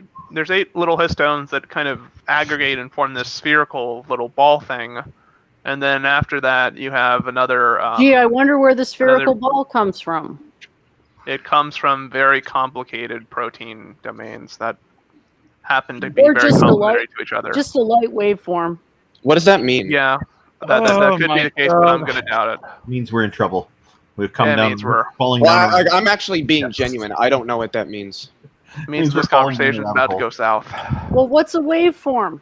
What's a The proton? waveform is the structure of generally a continuously evolving function in some sort of space. That's self-referential, okay? It's a particular geometry. That's what a waveform is. I mean, that's literally what I said. I just explicated it a little bit further. It's an oscillating form, but it doesn't have a functional representation, okay? Because a Well, if functional it's representation oscillating, it would be a implies wave unique function, values not of a y waveform. for unique values It's of either x. It's either a sine function or a cosine function. This is now we have. This is now a Leo show. Leo. Also, if you're in one dimension, you don't have a y value. You have x, and then you Well, have. that's f your of x. assertion. It's Well, no, your that's assertion literally that how cosine math exists works. in 0 dimensions. You have if you're dealing with one quantity, you have that quantity as the x-axis. What would normally be called the y-axis is f of x, the function of that variable. This is high school algebra.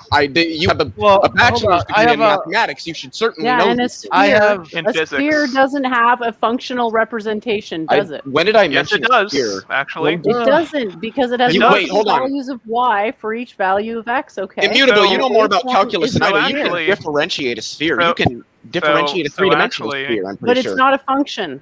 So actually, it? it is. So it's not. it's a set of all. So it's the set of all Okay, ordered dude. triplets. Are you going to let I'm Immutable speak? talking. I Are get you going to let Immutable I speak? get that a sphere admits Are you going to let Immutable speak? definition, I'm not. but it doesn't I'm not meet done the definition talking. of a function. Excuse me. Thank you. Oh, no, just because. So Just hold on, sphere- Immutable. Hold on. Whoa. Immutable, go. I wanted to say something. Immutable's turn. Immutable, go. So I a was gonna- sphere, whatever. at least a three-dimensional sphere, which we might also call a ball, is a particular function that satisfies the following, which is x squared plus y squared plus z squared is equal to r squared, which r is any given real number. So yes, actually, a three-sphere has And a very it admits simple. the positive and the negative solution, which Let's wait till he disqualifies it finishes, from being please. a function Did because a function Immutables allows only did one Immutable's mic cut out, or y is he for getting x. overtalked? I don't know. I'm getting Did his mic overtalked, cut out? interestingly. Oh. Yeah, that was kind of rude. So functions can be even or odd, so it doesn't matter whether or not the function is symmetric about the x-axis. That's not relevant. That's not what I'm There's saying. a lot of anti-symmetric functions in quantum mechanics. But that's not what I'm saying. Oh, I'm saying that a function has one value of y per value of x by definition. Period. Yeah. A two spheres value. satisfy And so a that value as sphere- well. A sphere has multiple values of y per value of x, thereby disqualifying it from being a function.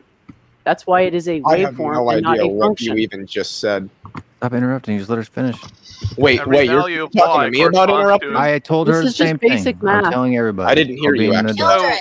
Children, children, not have this be like one of the last streams. Let's all be patient before I make you all take a talking stick, okay?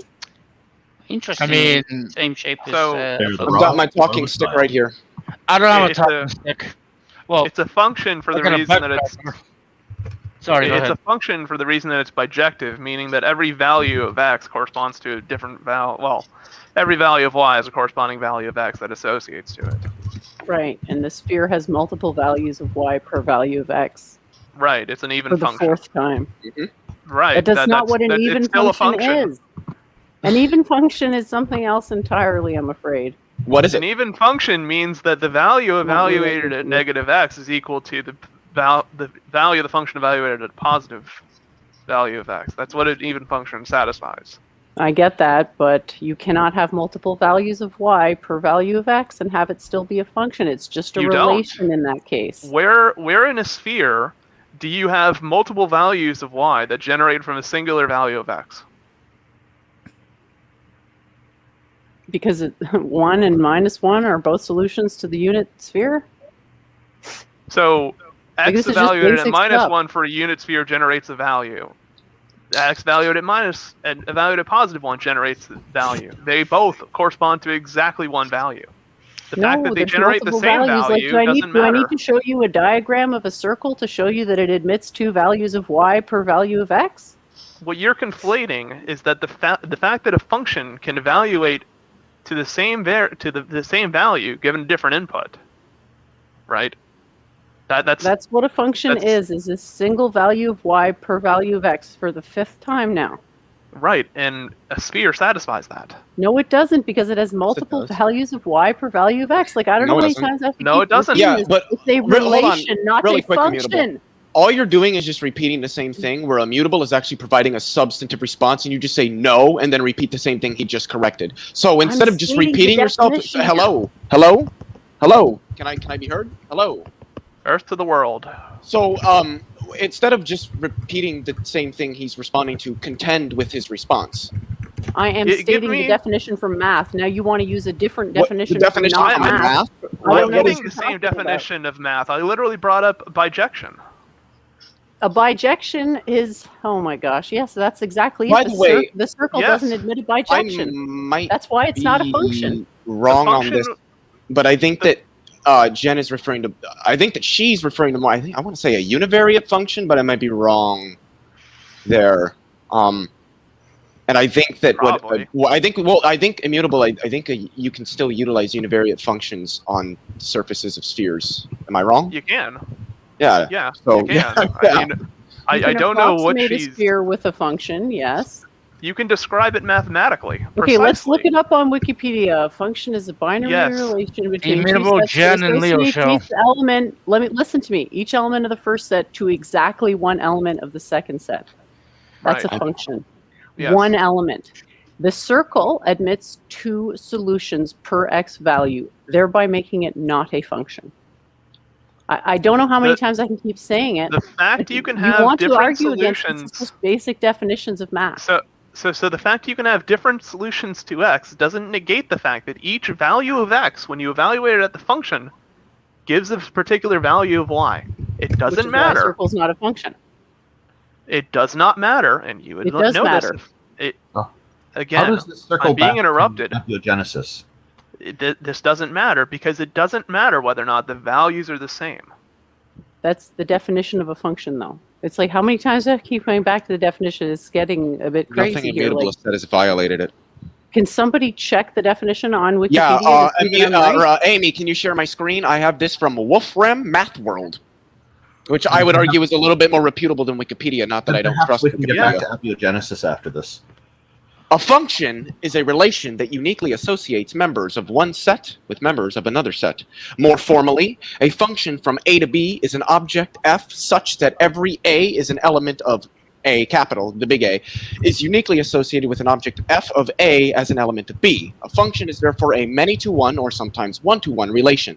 The set A of values at which a function is defined is called its domain, while the set f of A, oh shit, what does that mean? I don't remember. That's its image. Yeah, image or range. Of values that the function can produce is called its range. Here, the set B is called the codomain of f.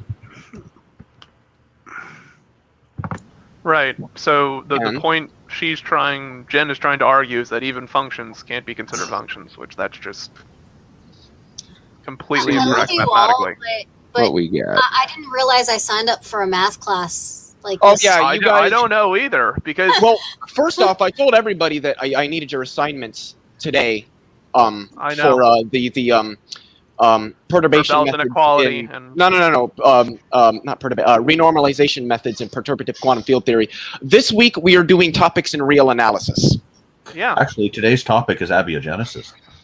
I don't know how we got to white analysis. I just want to point out that I'm a Paniniist. And now to get back on track, thank you, Randolph, for that nice transition. Well, anyway, yeah, we were talking about. I'm glad it sort of started working. We were talking about DNA and histones, and then we went to that thing. Histones. What about her stones? Oh, yeah, what about abiogenesis? Because by the time we get to DNA, we're far down the road of evolution, right? So. Douglas Noel Adams, number 42. Yeah, that's the answer to everything. Hey, I agree. DNA. That's the problem of abiogenesis, is that we don't know what happened some 3.4 billion years ago. Yeah, so this would mean that it's an argument from ignorance. That's the problem. Right? This would mean that it's an argument from ignorance if you're going to say that God did it, right? Because we don't know, right? We don't know. And it's not, most importantly, which is the point Psi 10 was arguing tonight, I feel. Psi? Most importantly, or Psi Zygarde was not arguing. Different Yes, I realise. I'm sorry. But more importantly, he was trying to argue that this was a argument by contradiction, and that can't be the case. But in 1974, we had a very important breakthrough where they created RNA in a test tube, right? So we're so close to real life. I don't know if we've ever somehow we're not calling RNA real life. Okay. We haven't created real life. Let him finish. Continue. No, I'm finished. Okay. So I think your question, which is why don't we call RNA life, but we call this like really complicated ensemble that we call a cell life, is that, and this kind of harkens back to the point I was making with Randolph, is that I think the ultimate distinction that has to be made is that what makes life is that the change that life undergoes, the particular kind of evolution that life goes, which all life needs to have evolution, is that particularly like Darwinian evolution allows for heritable change that can be transferred on to the next generation. Whereas RNA molecules... Can I break in here? It's not... Sure. I just think it's an Sounds reasonable. I just think it's an arbitrary distinction. Well, no. I mean, I think every example of life that we know of, right? It's clear that it has heritable variation. That the variation, like of a brown cub, for instance, like of a bear, when it reproduces, it can also, pass on that trait of brown fur. Where sometimes you end up with a case like where, if a brown bear and a black bear mate, sometimes you have brown bears, but other times you have black bears that are produced. And that's the direct result of, some cubs getting phenotypes for brown fur, but other times getting, other parts of the litter getting phenotypes for black hair. Or black fur, rather. Yeah, I definitely think, that's an interesting point. Life will change and grow, and I think that's kind of how we, I think that's a good, hallmark for it. We've definitely seen, differences and changes in cells and stuff. I mean, goodness gracious. The human body is so complex when you really get into it. And I can only imagine, like, all the way, just all sorts of different life that we have here on this planet. And there's things we probably haven't even discovered yet. So, yeah. I think Randall just posted something. Yeah, he posted a link on ribonucleotides. I have to go check. Yeah, I also would like to point out that at the beginning of the stream, I also mentioned how scientists created a synthetic cell that self-replicates. That's a big deal. Also, who is that static? I don't know. There were a couple things I wanted to say. The first one is life is still very much rather.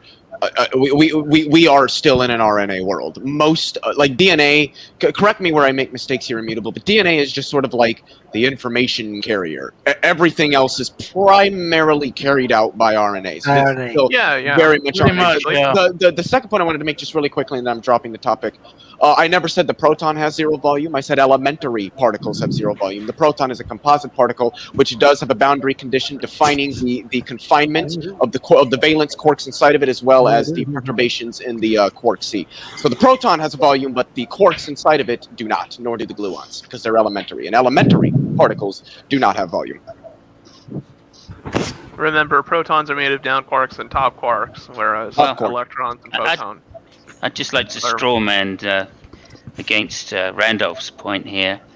A great American philosopher said, nucleotides come in, nucleotides go out. You can't explain that. I know. Tide goes in, tide goes out. You can't explain that. Jesus. Are you asking to be mooned here? But the static is not static. It's actually a 60 hertz buzz, and it's coming from the gentleman at the bottom of my block of 5. That's your block of 5. Well, you know what, Will? This is my block of 5. Keep your block away from my block. don't want to that's block crazy. again. You're You going to might get be blocked doing from the Blocks stream. don't touch. No, there's another misconception I forgot to mention in my intros that I've encountered is that a lot of the time people seem to think that if something's evolved, it's progressive, but evolution is impartial. It seems to whether something is progressive or not. Progressive or regressive. Yeah, whereas abiogenesis, it's the creation of life. It's not the destruction of life. So abiogenesis is only one way. I guess you could draw this kind of distinction as well. I think a good way to put it is that biological evolution is really just chemical evolution at a much larger scale and over much longer periods of time. The And a lot of same, different things working in generally the same processes that would have given rise to life. Again, there's nuance there, as we all know, are still, again, nuance taking place in life today. It's just those processes take place over a much larger scale and much larger time. And larger scale in a sense that things are working in tandem or in parallel or at the same time. Emergence. Biological evolution it emerges out of the fundamental chemical evolution of life. I do think, though, given that there is an evolution is a difficult word to use there. I would tend to go with selection more than, but that's only because I want to differentiate it from evolution. So, but selection requires someone to select. No, that's not true. So selection you can think of in terms of like abiogenesis as being as the environment that chemicals are placed in, and in fact the chemical environment is not. And the forces to do with the molecules themselves. I mean, that's also a selection factor. And in fact, what's true about abiogenesis is that you don't have one environment throughout. You have different environments that are changing, and as a result, changing the direction of equilibrium and things of that nature. The environments are changing the organisms, and the organisms are changing the environment. There's a symbiotic relation between the two that drives what we call evolution. And that's it's an interesting thing. I was going to comment on the point Leo made, which is that despite all of life being explained through chemistry, there are interesting aspects of there are interesting behaviors that life undergoes that doesn't seem to have doesn't seem to have a similar analog in the chemical world. Like, for instance, the ability of a system to homeostatic control, for instance, the ability of an organism to maintain its outside condition relative to, or its internal condition relative to, its environment, and things of that nature. Could you just say that again for me, that last little bit? I didn't quite catch it. About homeostatic control, or before that? Yeah, just the last sentence, whatever you said. Yeah. So I was saying I think there's parts of like biology that are not similar to chemistry. For instance, the ability of organisms to maintain homeostasis, or to kind of to act in a way to preserve themselves. For instance, it is. I mean, the body does use chemistry to go ahead and do that. Though biology and chemistry are very highly intertwined when you're looking at just human anatomy and physiology as well. I mean, biology is chemistry.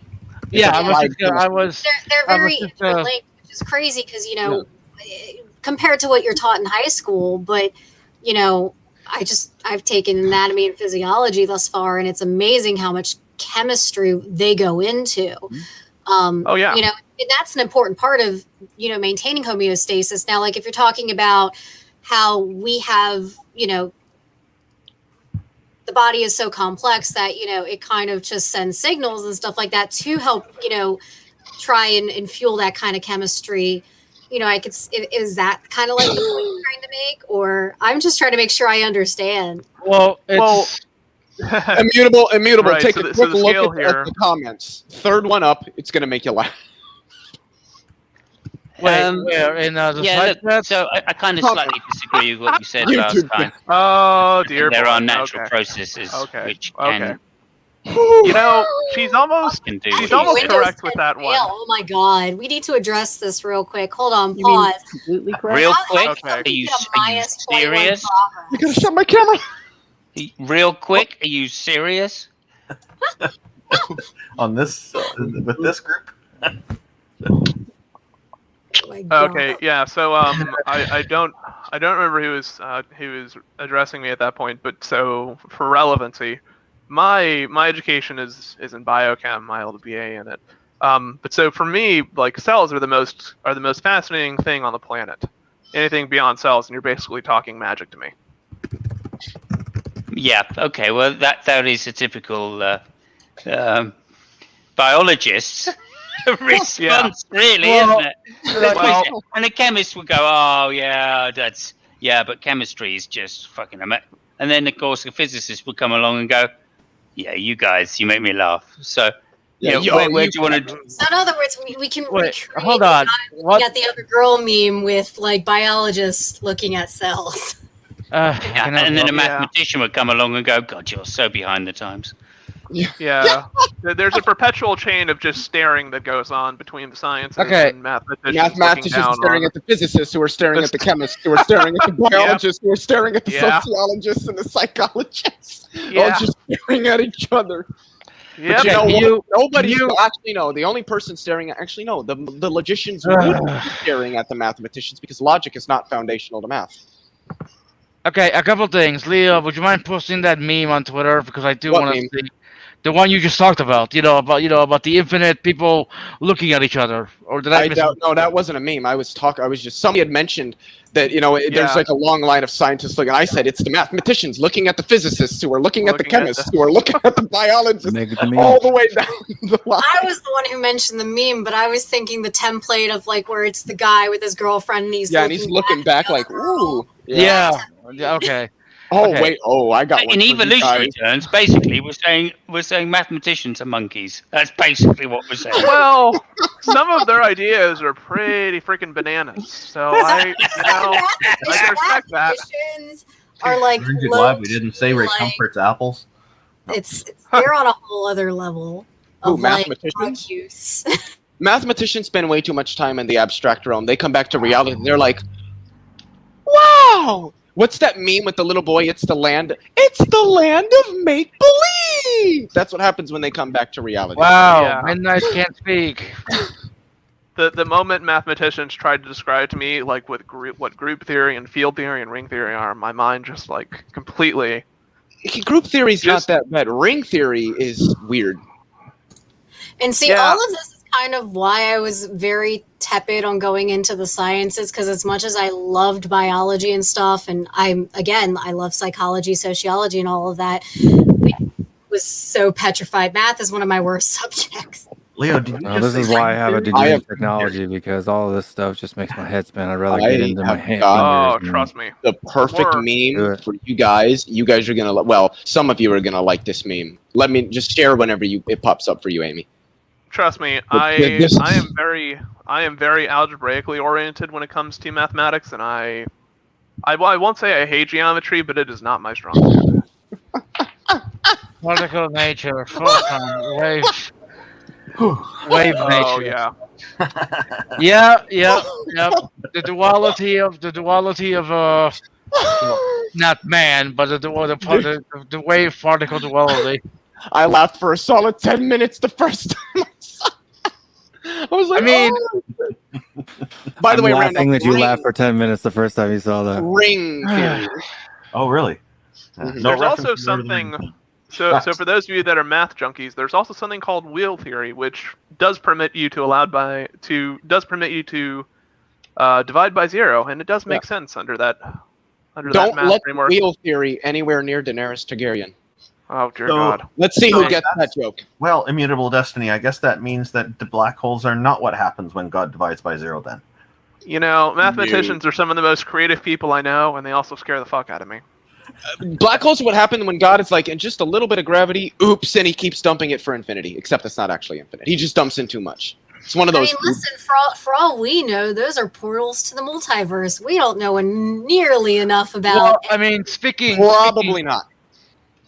The information stored in black holes, they don't. It doesn't leave the universe. Can I just say that I've been trying to talk for a while, that I can never get a word in edgewise. Just keep talking. Go for it. Just Start say, talking and just keep going. Just say a black hole is very much like a Premiership footballer's wallet. What? I'm done. Never mind. I want to hear what you had to say. Yeah, why are you giving up? I agree with Simon. Just because You I give know. up. I give up because I've been trying for a while, and I Go, was gonna. go, go, go, I go, was go, gonna. go, go, go, go. Go ahead. Let's go. Even Now's your when time. even when they're telling me to talk, they're interrupting. no Get pressure. to the No point. pressure. Go ahead. Basically, what I was trying, what I was trying to say is that at its core, at its core, everything around us is chemistry. Okay, there's just different forms of it. There's physical chemistry, there's biological chemistry, organic chemistry. You know what I mean? They all come together to produce what we see. You know what I mean? Everything that happens in the body is pure chemistry, and I would also add physics at its core and quantum mechanics. Now, Which is physics. Immutable, yes. Now, Immutable, one time, because I had to call him out. When I brought up quantum mechanics in relation to DNA, he called me standing for truth. I will never forget that. I will never forget that. Here's the thing: when you talk about quantum mechanics, Shots fired. when you talk about quantum mechanics to a chemist, unless you're talking about like molecules that are very special, let's call them that, it doesn't become important because usually what happens is like with DNA, usually you talk about chemistry and you think, yeah, okay, so hydrogen bonding and stuff like that. You don't usually think quantum, but yeah, at its core, it's all quantum. But for all intents and purposes, everybody that's not an organic chemist ignores it.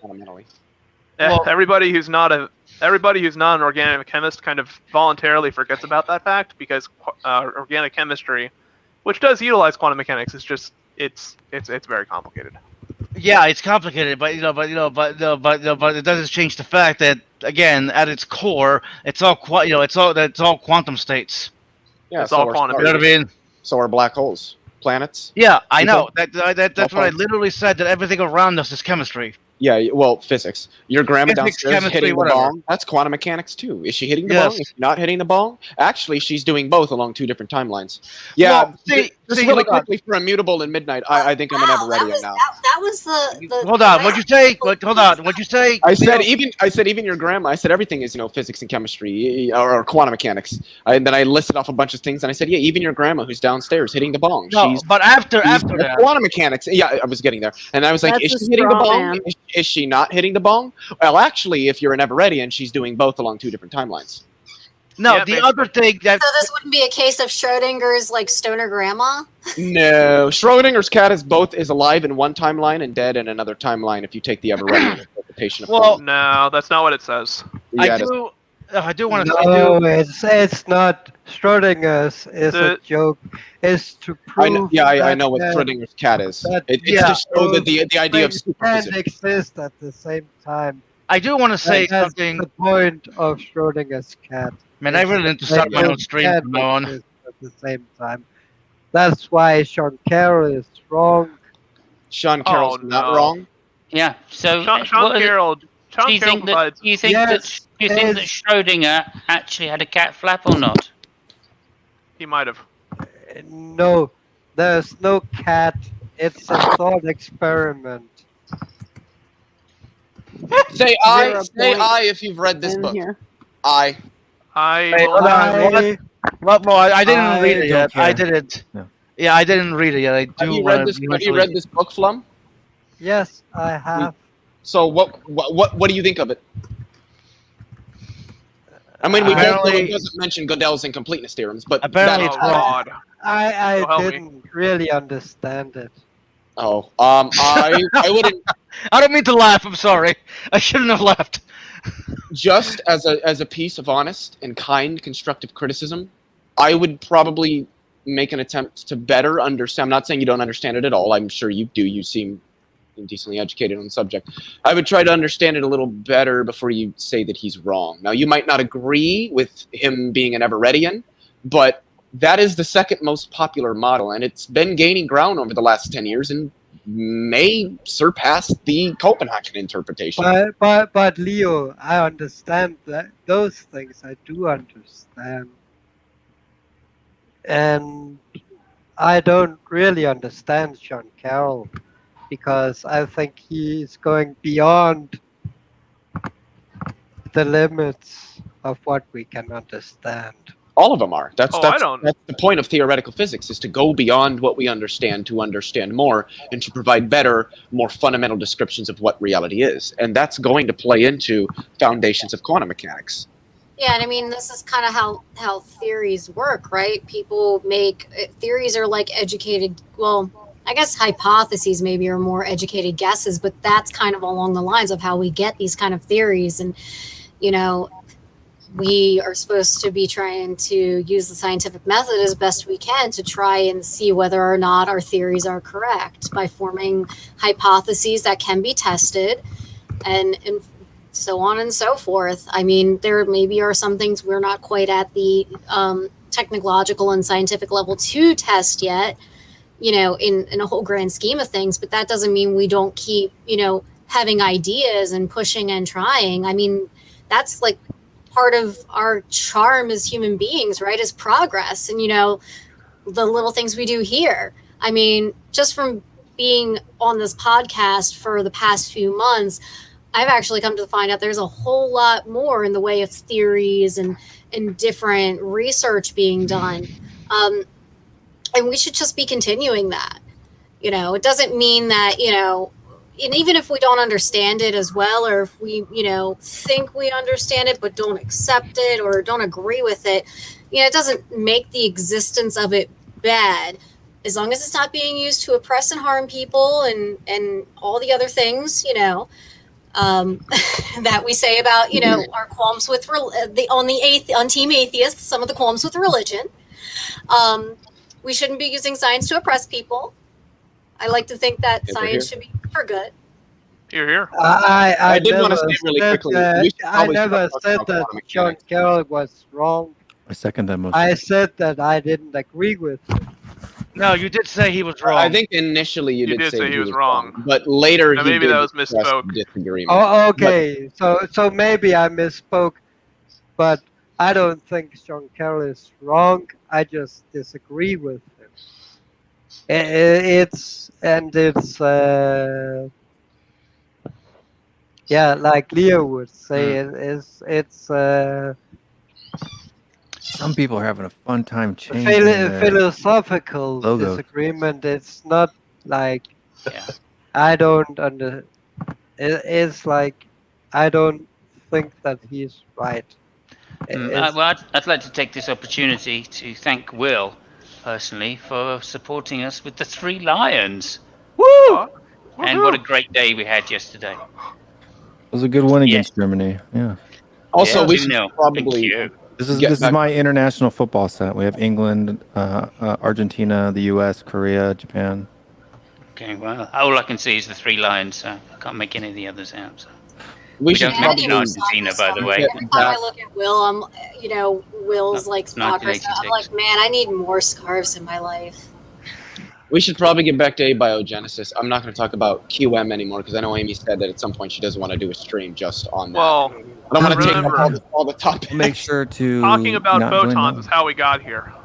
So, any rival theories on abiogenesis? Anybody? Well, abiogenesis isn't a theory or a model. The word abiogenesis would be much like the word it could still be modeled, though. Well, you can have abiogenetic models, or I should say abiogenic models, but abiogenesis is a scientific field of study like astrophysics or cosmology, in which you can have models and theories, but it isn't itself a model or a theory. It's a hypothesis, fundamentally. I don't even think it's that. You can have hypotheses in abiogenesis, but abiogenesis refers to a field of study, like cosmogony refers to the study of the origin of the universe. It isn't a theory or a model, it's a field of study. Abiogenesis refers to the study of the origin of life. Abiogenesis is not itself a model or a theory. It's a scientific field of study in which one may have models, hypotheses, or theories. Yeah, I think Leo's a little bit more on track here just from... I'm so sorry. Go ahead. I was just going to say, I think Leo's a little bit more on track here. Like, even just looking up, like, I know we like to dog on Wikipedia, but as long as you look at where they're getting the sources from, and No, it's a good source. Just don't cite Wikipedia. Cite the sources, the article on Wikipedia sites. But it says the study of abiogenesis aims to determine how pre-life chemical reactions gave rise to life under conditions strikingly different from Earth today. It primarily uses tools from biology, chemistry, and geophysics, with more recent approaches attempting a synthesis to fall free. So it's kind of basically, pulling from different other fields of science, but it is a study. And you can have models within that study. I'm kind of leaning towards, I think, RNA world track. Well, the model has to make predictions, and that can be validated, and then it can be considered a theory. The first thing we can say, best guess, is it's either tidal pools or deep water vents. The deep water vents are probably the best guess because they have high temperatures. They have lots of chemicals that we like, and the tidal pools, they don't have the chemicals that we need to make life. Okay, I just want to make a quick appeal. I just want to make a quick appeal to let Jen speak after you, Immutable, because obviously she's been quiet for some time. Go ahead, Immutable. Make your point. You're directly responding. Hang on a minute, dude. You're directly responding to the last point that was made. So go ahead. Yeah. And then maybe I will say I do need to look at Nick Lane and some of his cohorts' work, because I'm a little bit more sympathetic to Shostak and Sutherland and some of their approaches to the field, because I think they're a little bit more. Sorry, you were about to address vents, dude. Go ahead. But I do think one potential issue that deep sea hydrothermal vents may encounter would be what's generally called the dilution problem, where essentially, because these things are so far deep in the ocean and the amount of water volume is effectively infinite, as soon as these things form, you have to find a way to get them trapped into like a vesicle or some kind of compartment for them to remain concentrated in. Hold on, like can I get in there really quick? Right, no, Yeah. but I mean, like in a hydrothermal vent, you are getting trapped in the minute vesicles of the actual vents themselves, and they're trapped in there. And it's really good to get rid of that dilution problem that way. And they've experimentally shown that through the process of thermophoresis, which is basically just talking about a heat gradient, temperature gradient, and that through the process of there being a temperature gradient, they actually fix in these minute areas of the vents and concentrate there. And so, like the question of whether or not they can concentrate has been provided with experimental support. Nick Lane has his simulation reactor, and I believe that there's a separate one that Mike Russell uses, and likewise Shostak has also checked out the plausibility of thermophoresis and hydrothermal vents to concentrate them.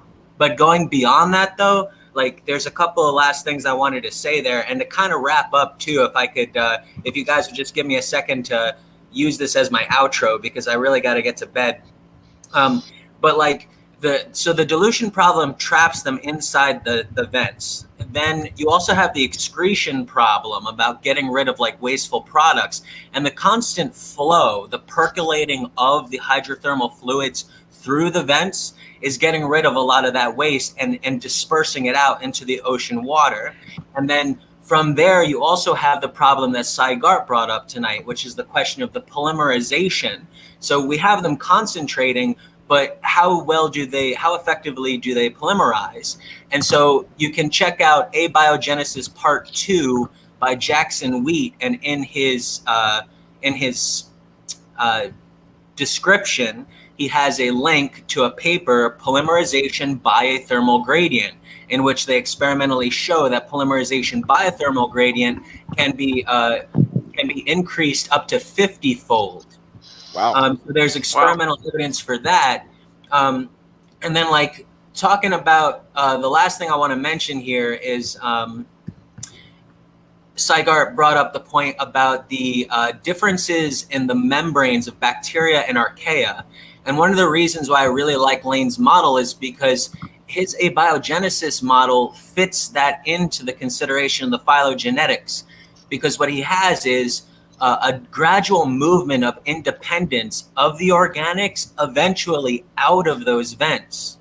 And so what he has is a setup where the bacteria do that first, so they develop a membrane and gain independence. And then later on, the archaea do the same thing. But because these are two independent events, they ended up with different membranes. These are two independent events that resulted in two different membranes, but yet they share other structures in common because they formed and developed for quite some time inside the vents.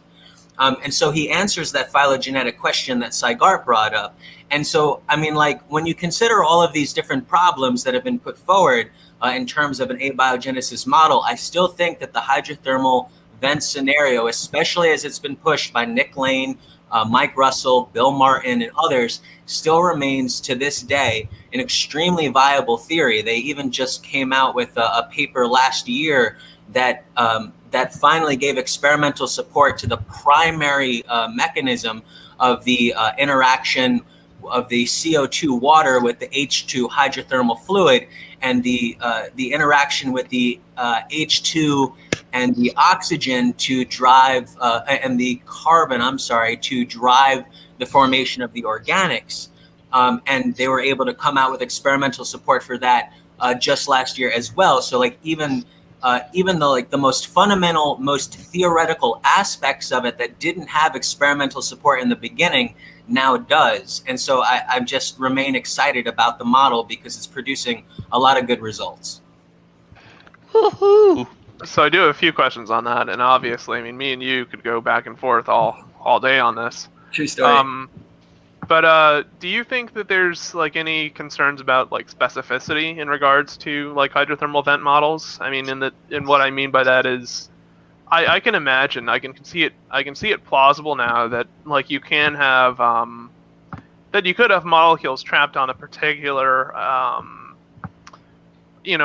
some you could have some molecules trapped on some type of vent or some kind of like porous type of membrane. Okay, that's good.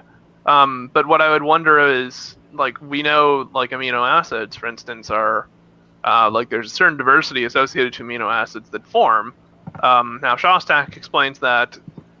Shostak and Sutherland explain that as being kind of the result of UV chemistry, which has its consequences, but it builds the types of amino acids we want. But so, would there be any kind of like reason, or is there any reason like that the amino acids or particular kind of sugars that we have, kind of fall out from like hydrothermal vent hypotheses? So, or is that kind of? Yeah. So I mean, like, it depends on your model. I'm going to give you two, and this will be like my last thing before I bow out. And any further thoughts you guys have, you can give them. I'll listen, and then I'm gonna bow out. But to answer your question, so like you can, it'll depend on your model. The Lane's model doesn't use UV light, for example, but there are other hydrothermal models. For example, I can't remember the researcher's name. I'll find it for you later. But he focuses on surface hydrothermal vents, which can actually use the UV pathway.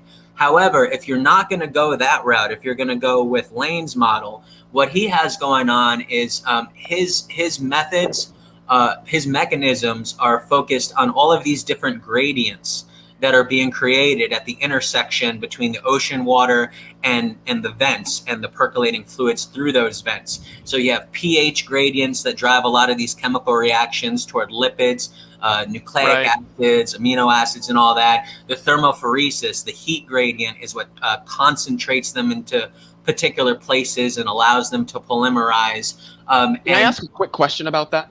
Yeah. So is it that these, I guess I'll call them structures, as they move through a thermal gradient, does that give rise to it?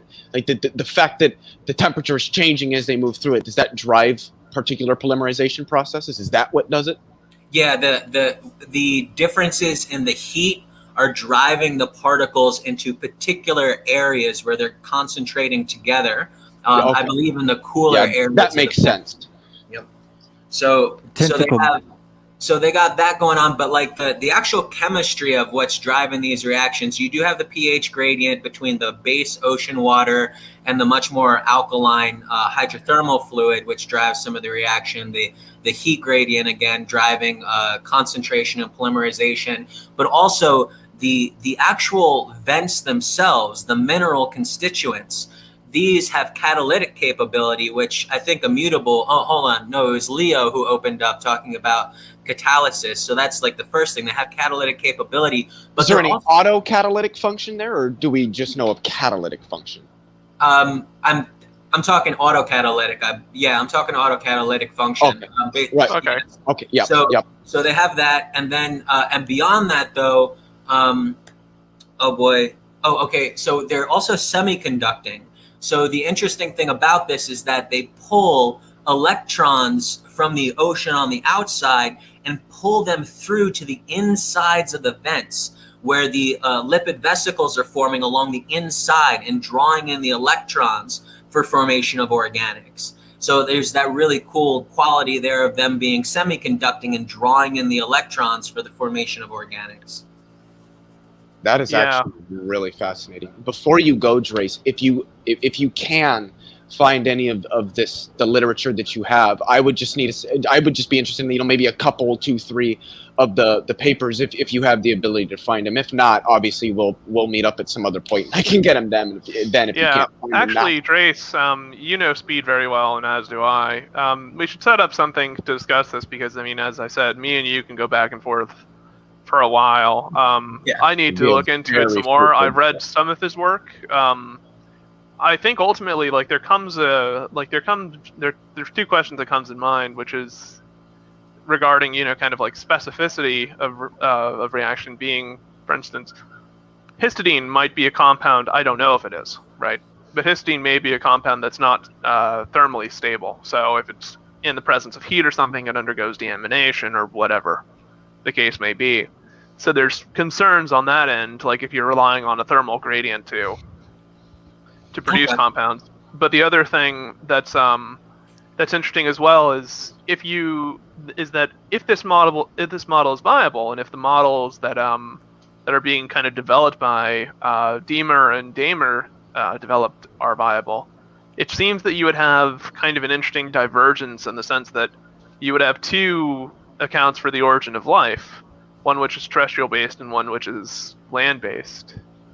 And there seems to be kind of like a paradox there, because what we know about the early evolution of life seems to indicate that it's primarily oceanic.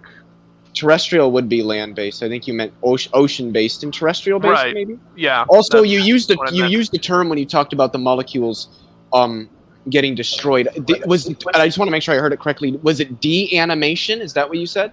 Deamination. A-M-I-N-A.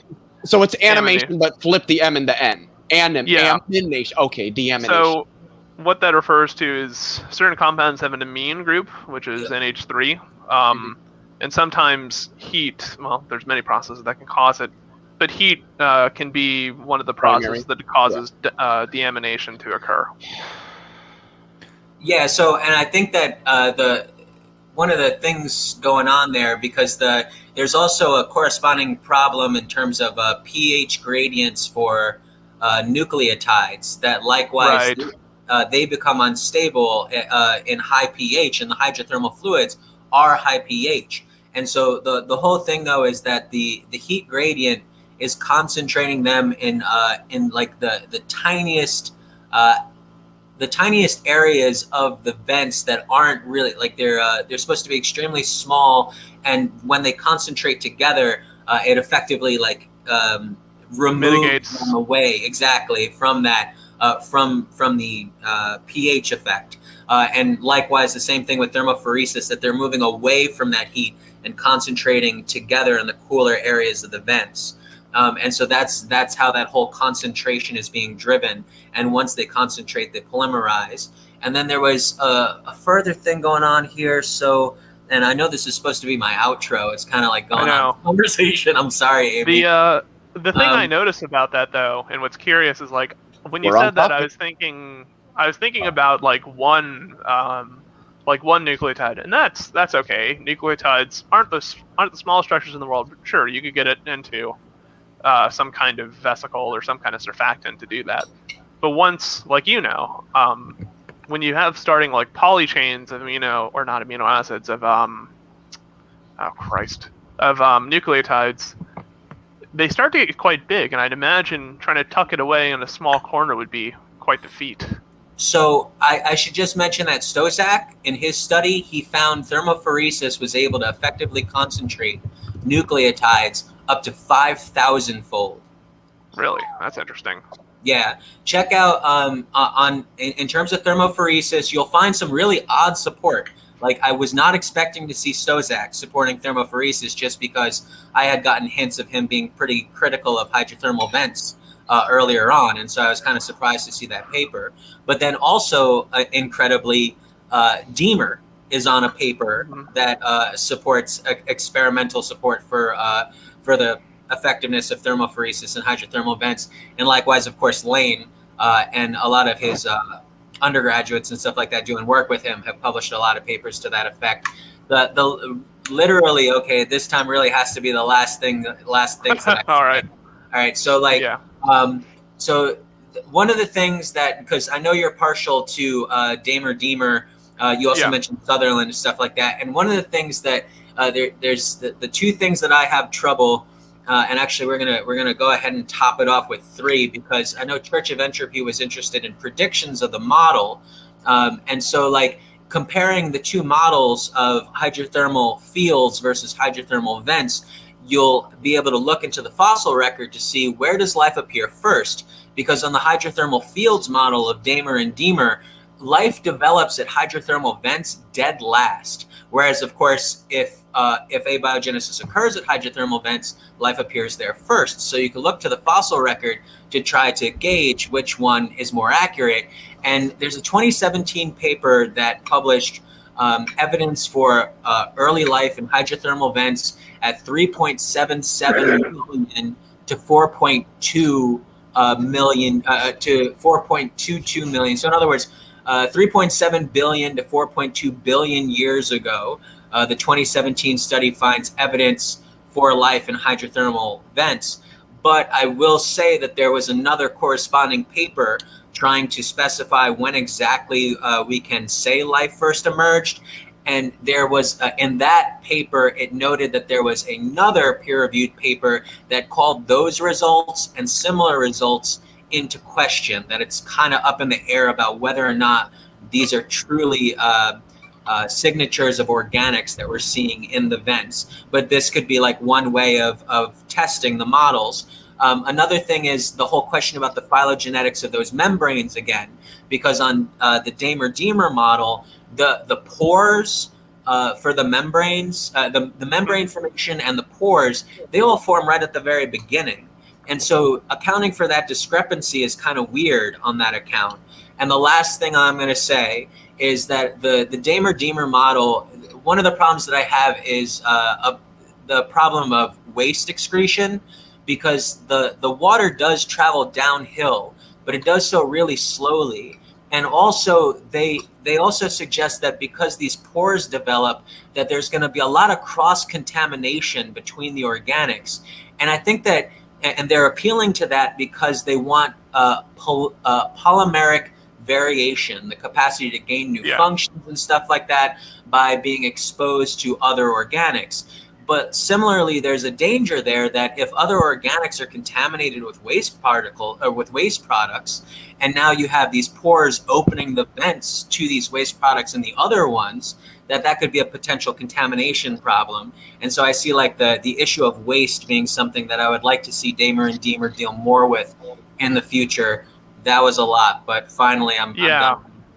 One thing before you go, just to help you out. A 60 hertz bug is caused either by a faulty ground and or a power cable crossing over your line input from your microphone. So you can fix that in the future by either moving your cables around and doing good cable management and or checking the ground on your outlet. Thank you. I'm working on a really crappy Chromebook, and I do have like a a bunch of like links open and stuff like that. I don't actually have a microphone. I'm just speaking into the Chromebook here. That must be the ground on your outlet then. All right, okay. And thank you so much, Dace. That was really, really enlightening and something that wasn't brought up at all in the debate. Yeah. So I think that was really fascinating. Yeah, very little did they talk about actual models, it seemed, about how life could have potentially developed. Right. I think one solution I could predict, probably Deemer and Damer stating, is that contamination to kind of toxic compounds or compounds that are anti-productive to life might be pores that are semi-permeable to some compounds but not to others. Actually, one of the things you predict. There is one last thing I have to say, which is just one last thing. I can't emphasize enough how wrong Speed is about everything that he's ever said in his entire life. 100%. I get that. I'm on that train. Okay. So when you talk about Damer and Deemer, when you're talking about Damer and Deemer, though, do you think they would play a 4-4-2 or a 4-3-3? What do you think? What? Playing at the what? Oh, sorry. They sounded like a couple of football analysis people, so I assumed we were back on football again. When you say football, you mean football proper, correct?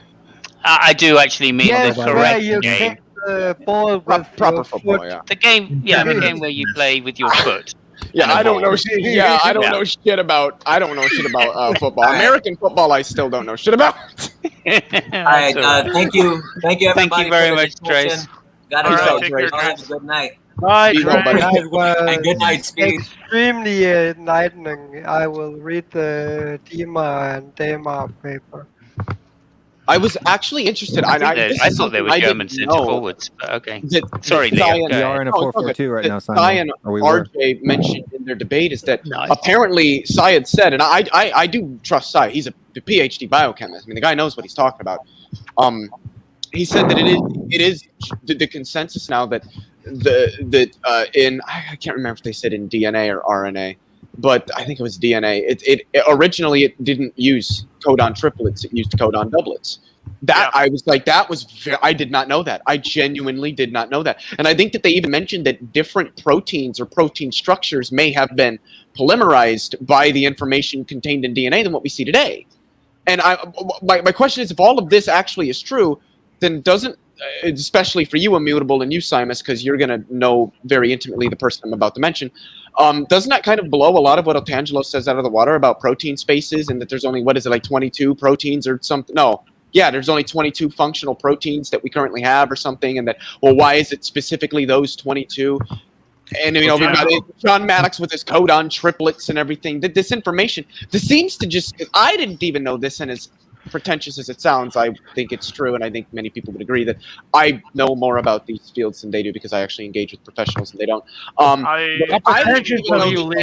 They certainly didn't know that. And what that tells me is that none of them actually do any research in the, like, they don't keep up with the field. Of course, we already knew that, didn't we, Immutable? Yeah, pretty much. Not hard to tell that one. If there was even one protein which was created differently to the way it is, then that would obviously mean that life is fine-tuned for this planet. Don't you understand, Simon, that proteins are irreducibly complex? Yeah, I would just like to, sorry, I just want to say Sygart said something tonight which was philosophical in nature, and, therefore I feel like I may be able to comment on it, which was he said he had an argument for God being the creator, which was approved by contradiction. I would say that can only be the case if he has salted the how of abiogenesis, which he clearly said he had not done. Okay, so there's another thing too. Sure, go ahead. That's only true if it's a proper dichotomy. If the only options are God or not God. Sure. I mean, that's what he's implying, yeah, and that can only be the case if he has actually solved the how of abiogenesis and shown there to be some kind of contradiction in it. Right? Really quickly on that. It's not proper dichotomy until you rule out multiple deities. Isn't approved by contradiction, Simos, isn't that also known as reductio ad absurdum, or are those a bit different?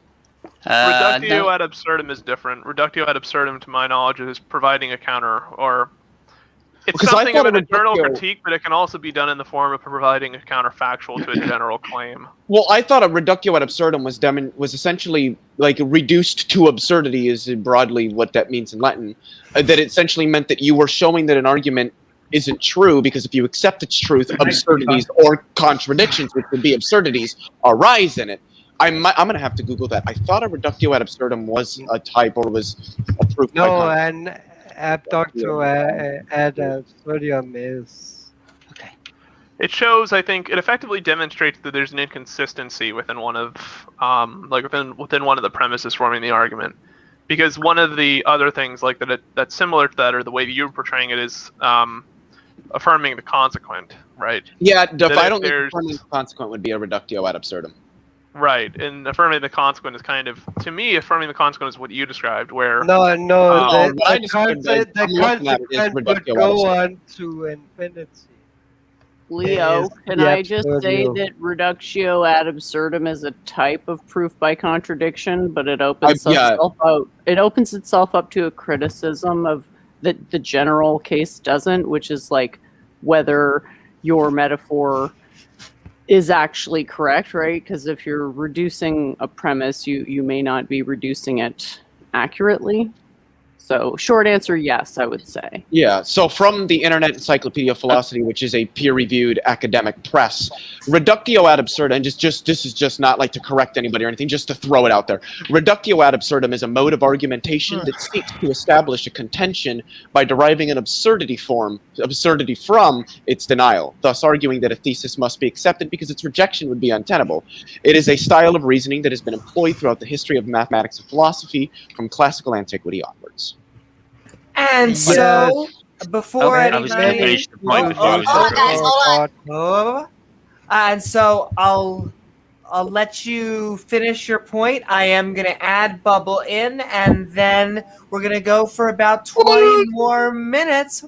Bubble, and Actually, then real quick, I'm we'll actually be gonna go ahead hitting. and jump off because I've been trying I'm to also like. going to jump off.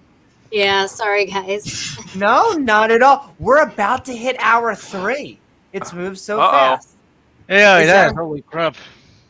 Not even midnight here yet. I can And- make the same point again in a moment if people want to do outros, those that are leaving. Well, it sounds like everyone's about to move. You don't need an outro? No? No, I'm just gonna go ahead and hop off. I mean, it's 2:14. I have a job interview tomorrow, so I gotta get up in the morning. Ooh, good luck. Yay! Have fun with that. Kick Yeah, butt. good I luck. hope you get it. Yeah, but Me too. Oh my gosh, I am ready. But have a good night, everybody. It was a pleasure Night. talking with you and Take listening care. to you. Take Be care, well. y'all. night, Amaretto. Good night, Amaretto. And all right, we're gonna get a Bubble in, and we're gonna go for 20 more minutes, and we are moving into outros. Oh, okay. But you can have your intro outro. How are you, Bubble? And we are talking. Oh, did someone? We are talking Immutable. Did Immutable? Yeah, he jumped. Okay, Yeah, I'm back. Immutable. He does that. Back from the Sending- ether. Okay. Back from the ether. Well, we're sending Good night, Amaretto. love to both Immutable and Amaretto. Good night, And Immutable. all Good night, right, Immutable. guys. Bubble, we're talking abiogenesis and God. You know, a common light topic. I hope yeah. you're doing Light. well. You guys hear What are me? your thoughts? Yep, We hear you. We can. Okay. Oh yeah. Neo? Neo, is that you? No. Yeah, I only Wrong caught pillow, like you the ending. I only caught the ending of the stream. Like at the question, or almost at the question. I didn't catch like the first half. Am I the only theist here?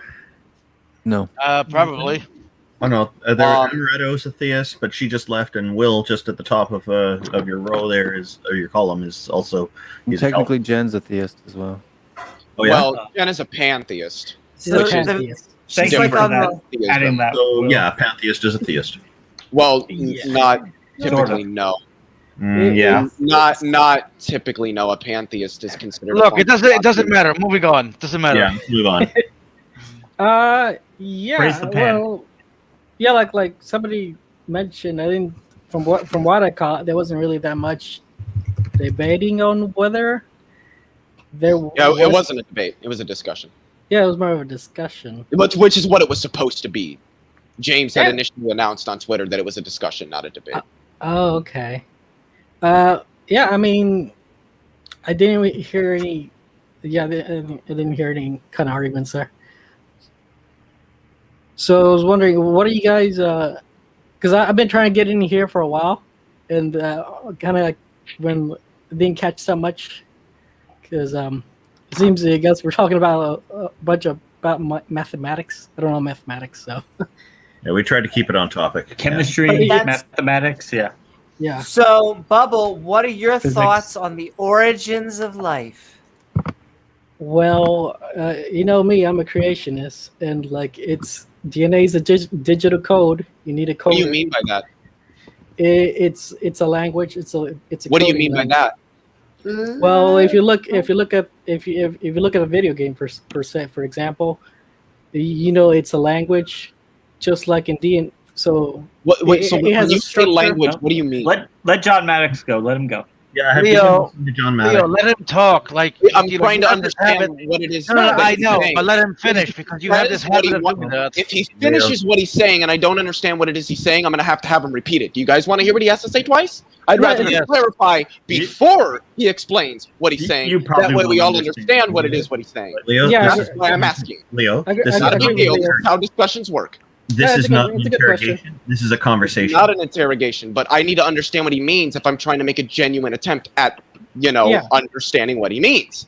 Yeah. When he says language, I don't know what he means. Okay, so if let it him goes finish on now. for another You've minute, already asked him, let him answer. well, he didn't answer yet what it is. So we need. Yeah, I was about to answer, but you guys kind of go ahead, Bubble. Yeah. Go ahead. Bubble. Yeah, they jumped on me and interrupted the discussion. Go ahead.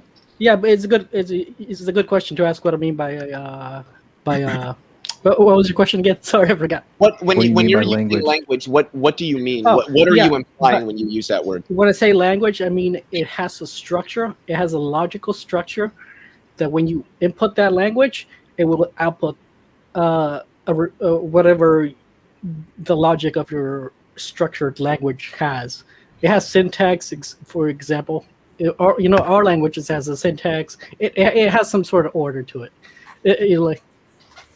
I mean, I'm following now. Yeah, I got you. Language communicates ideas. So like the what do they call it? Let me see. They call it the the adenine, thymine, guanine. You know those, right? Adenine, guanine, thymine, base pairs. So yeah, you guys know that. So it can't be random. This has to be. It has to have some sort of logic behind it. I don't think we know that actually. You don't. Do you think you could just like put random ones and get like random what? Random nucleotides? Yeah, that you can have a random. You can have these random. Is that what they call them? Nucleotide. Nucleotides? Yeah. Do you think you can have them randomly and it'll make something useful, or even survival? The thing is, with chemistry, things aren't like random in the sense that we would mean. At least not. I mean, at the quantum mechanical level, yes, that's just stochastic. But at the level of the actual chemistry, there are. I hate using this word because it's sort of like anthropomorphizing reality, and you shouldn't do that. But there are like rules that atoms follow, and so what we call life is honestly just emergent out of what chemistry does with those rules in particular. I mean, I would argue. Never mind. I wanted to push back a little bit on what you said, but it's not really relevant. So how would those rules code? I don't know what you mean when you ask that. Okay, I don't see code in life. You don't see DNA as a code as a. When you say code, are you implying that there are just two things that share some sort of relation? I'm saying it's digital when I say code. It's definitely not digital. even if I granted that DNA is a code, which I don't really have a problem doing, we can say that DNA is a code. It's not digital. It's not represented with ones and zeros or anything like that. Well, I'm not saying it's ones and zeros, but it's digital in that. But that's what digital means. It's represented with digits, like zeros and ones. But no, not literally. DNA digital, is what? No, that is what digital means. Ask any computer programmer. Thank you, Jen. It helps us. Yeah, understand.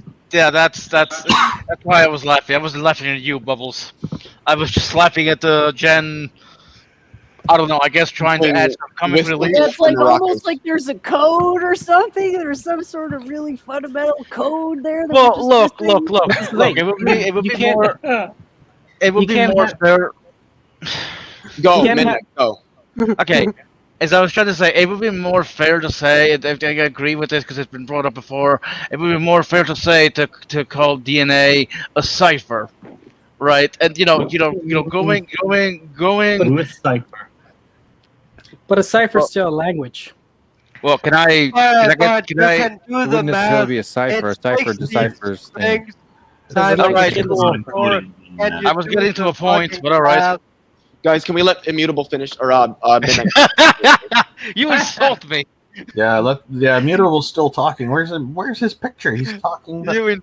But no, seriously, what I was trying to say, if we go by the analogy that the DNA is a code or an instruction manual, I would say that only 1% or only 1.2% is actually quote unquote readable, and the rest is just gibberish. Yeah, think about it that way. Yeah, the code isn't really the DNA. Right. The DNA, like you said, is the cipher. The code would be how the triplets of codons relate to particular amino acids. Exactly. When they're translated by the ribosome. That's what most people would call the code, and that's like what Otantra would say. That's what Sigard said. There's nothing wrong with calling that a code. Code does not imply coder. The word code really just means the ways in which two things relate to each other. That there's a particular relation there. Blueprint. We see this even in atoms. Like we could say that the electrons code for how the atom will. If you say code again, John Maddox will spontaneously appear. That doesn't mean that there's like somebody that's like inputting information or anything like that. Yeah, if there was one codon out of place in the DNA structure, then life could not exist. So life is DNA is fine odds for are life. 800 trillion infinity to 1. Yeah. 8, 6, 7, 5, 3, 0, 9. I wanted to ask 8 trillion infinity to 1. What's that? You wouldn't. Basically, you wouldn't put your goalkeeper up front, would you? I mean, that'd be silly. You wouldn't put the fucking striker in goal, would you? That'd be nuts, wouldn't it? You're never going to win a game like that. Wait, Harry Kane's played striker before, or goalkeeper before. Did he really? He's a star, Harry Kane scored a goal. Obviously, I'm a huge supporter now of him. I missed anyway, someone was over talking you. I don't want to derail that particularly interesting conversation about codes and there being a coder. Well, I guess the question I had with Bubbles is that why is it so hard to believe that I want to make sure I phrase this well. Why is it so hard to believe that we came from randomness, even though that I feel like that's poorly phrased? That is very poorly phrased. Yeah, I know. I'm trying to. Nothing random about unguided. I would say unguided. The word is abiogenic. Because you don't get. But my reply is because you don't get order out of disorder. Yes, you do. I mean, it's literally called entropy. So yeah. Well, entropy is a matter of disorder, but you always get order out of disorder. That is order is more fundamental. Order is more fundamental because entropy is acting on order. Disorder. You need authority. No, it's not. Entropy doesn't act on anything. It's a description of what systems containing some set level of energy That's that are semantics, cut off. Hello. Am I here? Did I cut out? It's not really semantics. Everything into a semantic digression that's irrelevant. Hello. Leo, you're not the only one talking here. Hello.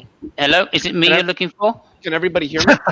No. I mean, just people keep talking when I am. I don't know if I'm cutting out or what's going on. No, you're not. Go ahead, Leo. He's asking you to clarify so she can understand what you mean. Entropy doesn't act on anything. Entropy is a description of what physical systems do.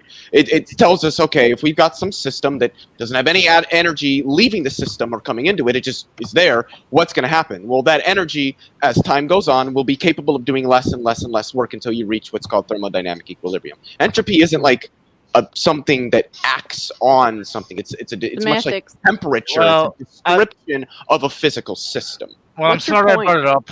Yeah, my point is that you said entropy acts on order, but that makes absolutely no sense from a thermodynamic. What I'm saying is that you need order in the first place in order for entropy to make sense. I don't know what that means. Look it up. Entropy means Danny here. disorder. Okay, starting on at the beginning. Entropy means disorder, right? No. What does it mean then? Entropy is the measure of the workability of energy. Okay. So as energy is used for work, the ability of it to be further used for work. I'm familiar with. Yeah. So then I don't know why you're classifying it as disorder. That's really not a good way to classify it. That is an accepted definition.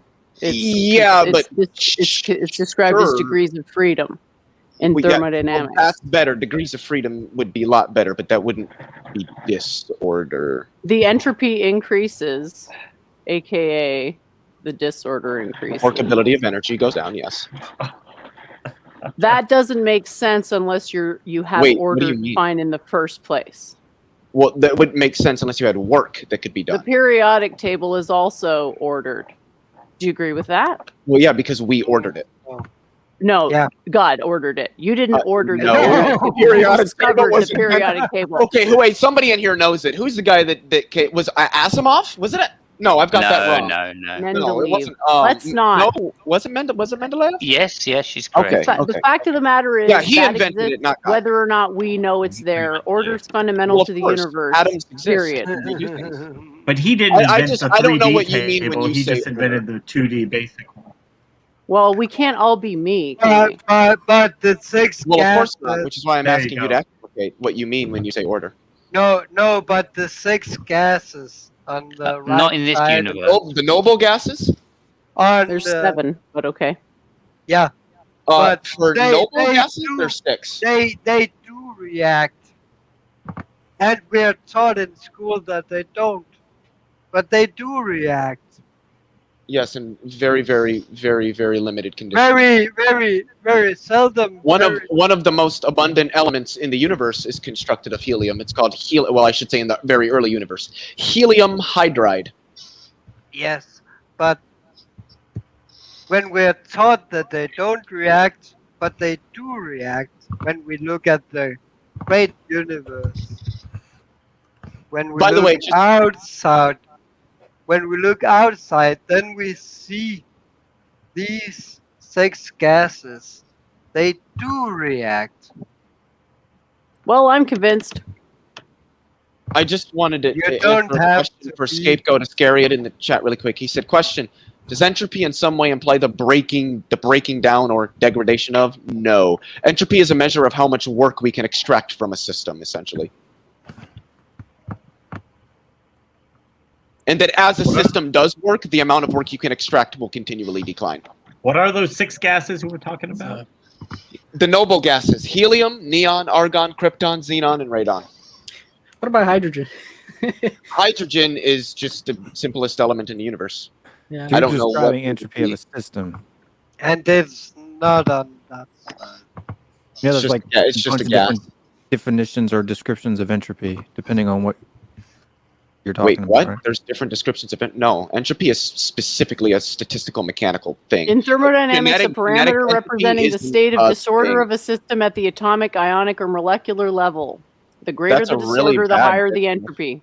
Yeah, that's the definition. I just read it off Wikipedia, dude. Yeah, Wikipedia has a bad definition. If I were looking for a definition of thermodynamics, I love Wikipedia and I use it frequently. I wouldn't go there. I'd probably open up a textbook on statistics. How many? I have thermodynamics textbooks. Yeah, how open many that up. thermodynamics classes have you taken? How many thermo classes have you taken? I've taken 2. None, but surprisingly, I've taken 2. That's interesting. None, but surprisingly, I can still define the term better than you can. Yeah, Even though Leo's I have a take is gonna term, be I have a better definition that's definition. completely acceptable, and you're denying Yeah, it for and some I've reason, heard like the physicists function like Sean thing. Carroll and Leonard Susskind and Brian Greene say that's not really much with a lot of the ways that things are described, especially online and in pop sci. They're described in a way that is palatable for a lay audience. If I said, oh, entropy is a measure of the work that can be extracted from a physical system as it is continually worked, most people are going to be like, wait, what? If I say it's a measure of, the disorder of a system, they're going to be like, oh, yeah, that makes sense. So I never said it was wrong or anything like that. I just said it's not the most accurate description you could give. Anybody that knows me knows I prefer to retain that palatability for a lay audience, but still make things a little bit more accurate. And that's why I said Whose that definition are you going by then? of Which me, I am going by the definition that I have heard actual PhD physicists give No, to but me whose? and tell me. My buddy John Kroon, I asked him probably Okay, where does he get his definition from? Yeah, exactly. Well, he's a PhD. He's a PhD astrophysicist. I don't care if he's a PhD astrophysicist. Well, Where he got his he is the source of the definition because he's an authority on the subject. Sean Carroll, Leonard Susskind, two titans in the realm of theoretical physics. Stephen Hawking, Roger Penrose. I get my definition of my usages from academia. With Okay, so pretty much Ludwig everything Boltzmann that I wasn't in find. academia? Wait, when did I say that? And it's Ludwig Boltzmann, by the way. And he But would have you're also disagreeing defined with it his the way that definition I because his did it. definition is listed here in Wikipedia.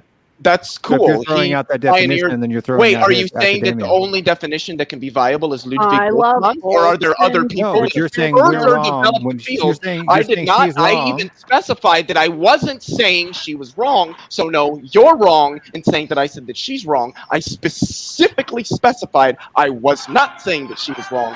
2 minutes can I ago, clar- can I- simply said I can clarify for myself. Thank you very much. I simply stated that I don't think her definition is a very good one. You can use it to your heart's delight. I don't care. I was Ludwig Boltzmann's expressing definition isn't a I good one. prefer. Yes, I prefer a more modern version than Ludwig Boltzmann's. For the same reason, I prefer a more modern definition of quantum mechanics than Max Planck's.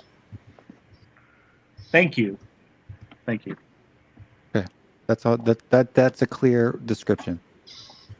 Like Leo said, I read a book that he read, and I didn't understand it, and he did, and he said he was right and I'm wrong. So Well, I don't recall saying that. You had made the statement that you thought Sean Carroll was wrong, and then said, no, what I meant is I just disagree with him, and I was like, that's fine. What I'm saying is the way that if you would have just said I disagree, yeah, I you think there are thought better definitions than the one you was gave. right. That's literally what I said, like three It's not in times. the way you said it, right? Well, maybe you didn't like the way I said it, but I said, like, you're not wrong. I think this is a better way of defining it. And she insisted that this is the definition and what it means. In a very loose, non-technical sense. Even beside that, she's correct. I'm not saying her definition is incorrect. I made a joke in the side chat. Definitions aren't generally truth apt anyway. That's just not how linguistics works. Was there a but point she was what I was making? saying, Other I than defining the term? even know. I think somebody had asked. Double had I remember what it was. I was today, responding to a about question 10 that years ago. Scapegoat Iscariot had asked in the chat, and then that got sidetracked. Yeah. Leo, hashtag the definition of entropy. Yeah, I'm going to be Steve McRae with entropy. That's my goal in life. That's my goal in life. That's the reference. That's the reference. Leo's gonna die on that hill. Yeah, that's the reference. Thank God somebody got it. And so I am sending Point out. out Sean Carroll did consent. You have a question before we go to outros, though, that I've been waiting to ask for the last 3 hours. But let's hear your question. Yeah. The question is if science figures out the how, The question is, right? How does that discredit if there is a who and or why? Well, a how is a why. When somebody says, why is there water boiling on the stove? I could say, well, because the convection from the coil That's not the that type is heating of why that I'm into- discussing. That's So, describing the yeah, how. I was going to try to get there. That you can explain through physical mechanisms. So there's two ways that the term why can be construed. In terms of some sort of physical mechanisms that give rise to the events happening, or some intention behind those events happening. When it comes to And I intention with life, there just isn't any. That's just us anthropomorphizing reality, making reality out to be as if there has to be reasons in the sense of intent. I didn't say there had to be a reason. What it I is. said So how- when if you say find how out does the it rule them mechanism- out, they were never ruled in to begin with, is what I'm getting at. Right. Well, that's not the question that I asked, right? I'm asking if you find out the mechanism, if science figures out the mechanism as to how life began, right, the genesis of it, how does that prove that there was not a intention and or a cause? Because we don't see It one. doesn't.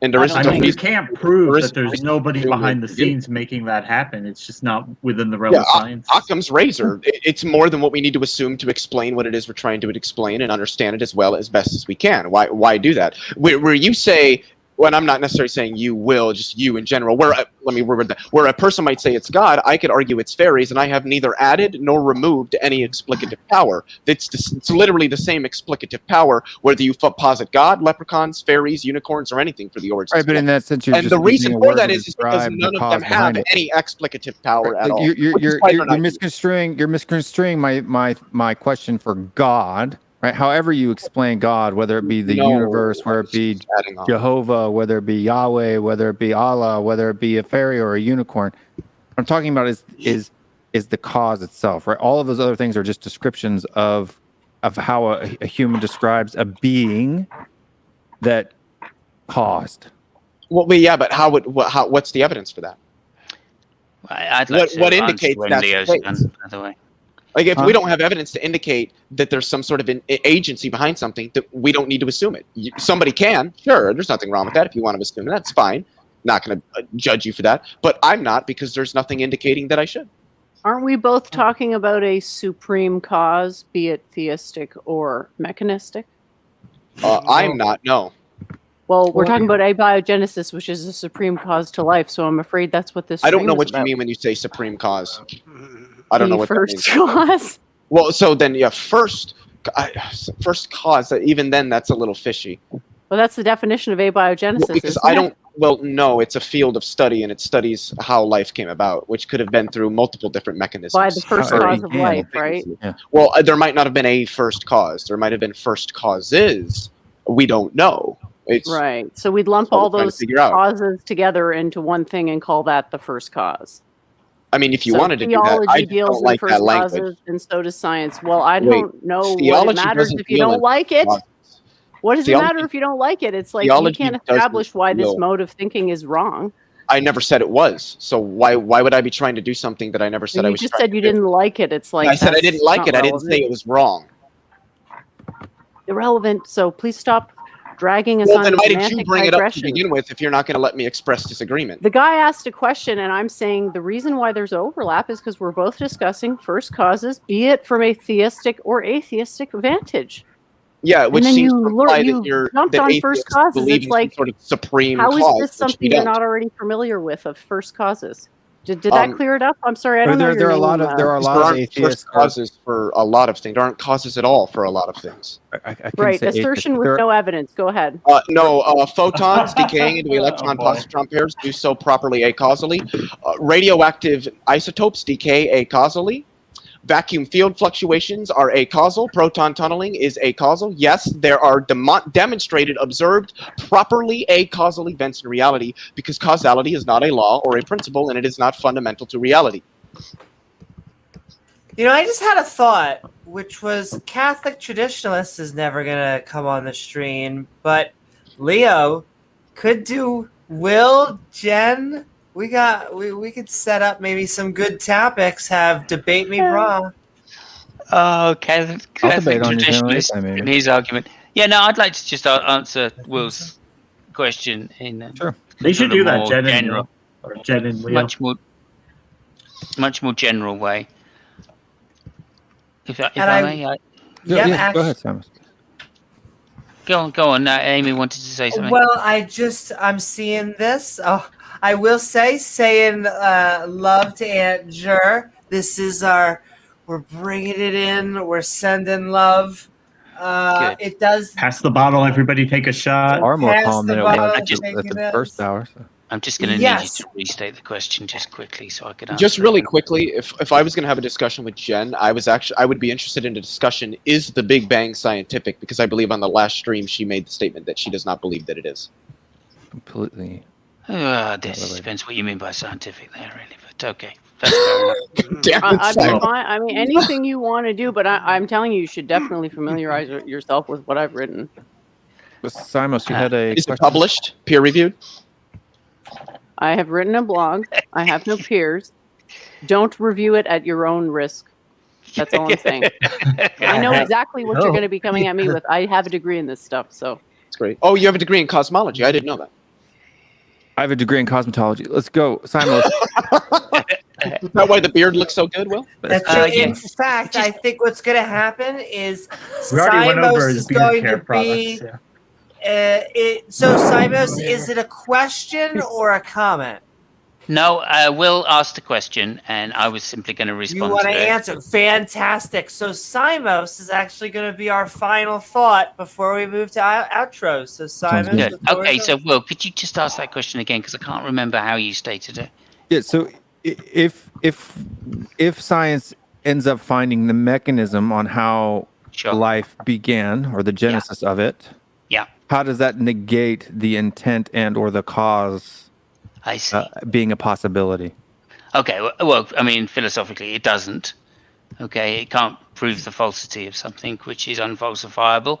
So that would depend on your definition. If your definition of the creator of the universe is that he or it personally intervened in the laws of nature in order to create life, then that would be shown by us not being able to find a solution, a natural solution to abiogenesis.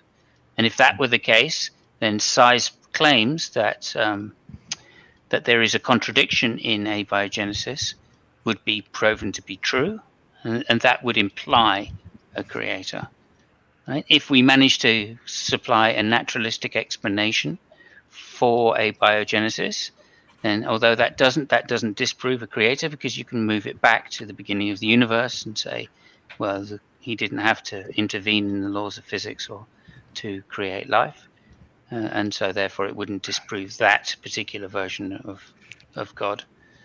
Right. So yeah, I'm not sure about Sai's theological viewpoints, but from what this text says, and what I guess you could say the most common view is today is that God interacts in nature or in his creation through his creation. The Thomistic view, yeah.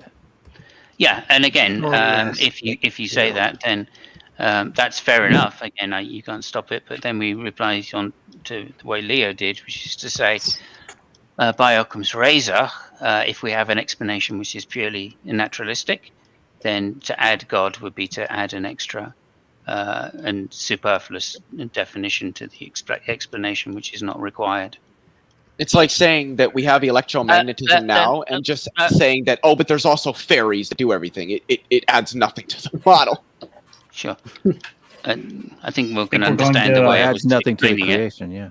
I think Outros after that. So again, it would depend. Really, what your question hangs on is the definition of God you're going to use, and then the expectations that definition creates in terms of an explanation for either abiogenesis or the beginning of the universe or whatever particular theory you're doing.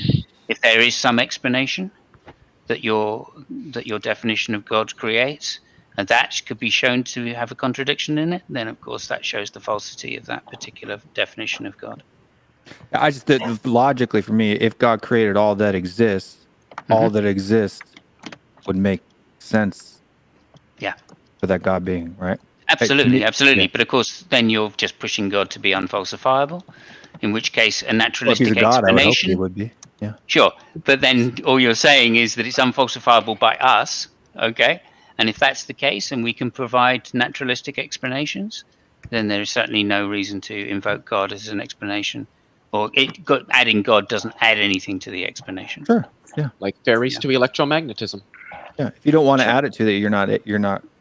I wouldn't say you were false, right? You're just describing. In my worldview, I would say you're just describing what God did, whereas you're saying you're describing what happened. Well, again, saying that God did it doesn't add anything to the explanation of how it happened or why it happened. Exactly. Right? Because you're assuming intention if you want to try and go down that particular road that you started going down. But again, that's fine. I don't want to disagree with you just for the sake of disagreement. And I don't think if you did come up with a naturalistic explanation that would disprove all versions of God, only some. I would agree. Only bad theologies. Yeah, exactly. Yeah. And okay. I agree. With that, we are going to move into outros. I did want to say and send love to Best in Show and Pat, who I think just joined us. Oh, hey, But Pat. we're sending love. And the super I straight also minds are just ready saw, to go. What do you think, Leophilius, Big Bang? I think that was a good subject. So think about that. Yeah, I think Jen just said that she's okay with the topic is the Big Bang scientific. We just got to figure out a day and time. Let's get it done. Fantastic. Yeah, So I would work with Jen on the day and time because I'm going to be open for pretty much. Obviously, this weekend, which probably be next week because it's a big weekend this weekend if you're American. But I would work with her because, like I said, I would bet that I might be a little bit more flexible than her. I think her schedule would probably be a little bit more taken up than mine is at the moment. So if you guys want to get with her and figure out a time, we can talk about that backstage after. We'll figure that out. And Leo, all right, everyone. I'm not sure what's going on in America this weekend, but Canada Day is coming up on July 1st. Ooh, nice. Woohoo. The day you guys got maple syrup. Yeah. What is that? Labatt Blue? Oh, we have parties here. You're gonna go on a Tim's run? Fireworks. I can tell you, England's going to be absolutely mad today, simply because we beat Germany, which is the first time since 1996. At Wembley, 1972. 1966, you mean? Oh, at Wembley. Was it 72, is it? We beat Germany as well? There we go. That must have been the great team with Sir Bobby Charlton. See, anyway. I don't have a soccer ball, football, whatever you want to call it. But when I get very lonely, I have. Actually, kind of what the original soccer balls used to, or footballs used to look like. So there we go. He's got one behind him. Look, a proper one. That is a proper football. I'm impressed. Oh yeah, that does. You're right. So I should Randolph, add my sports. For Canada Day, do you guys all just go out on a Tim's run? Molson Ice? No. You sure? That's not what you guys do? Damn. Tim Hortons. Going on a Tim's run. Yeah, ever since it got bought by Burger King, it's kind of lost some popularity here because the service has changed. I thought they all went out. They all got together on Canada Day and just took the piss out of America. Is that right? That's every day. Tell me what you. Yeah, well, we did it very nicely. We weren't rude about it.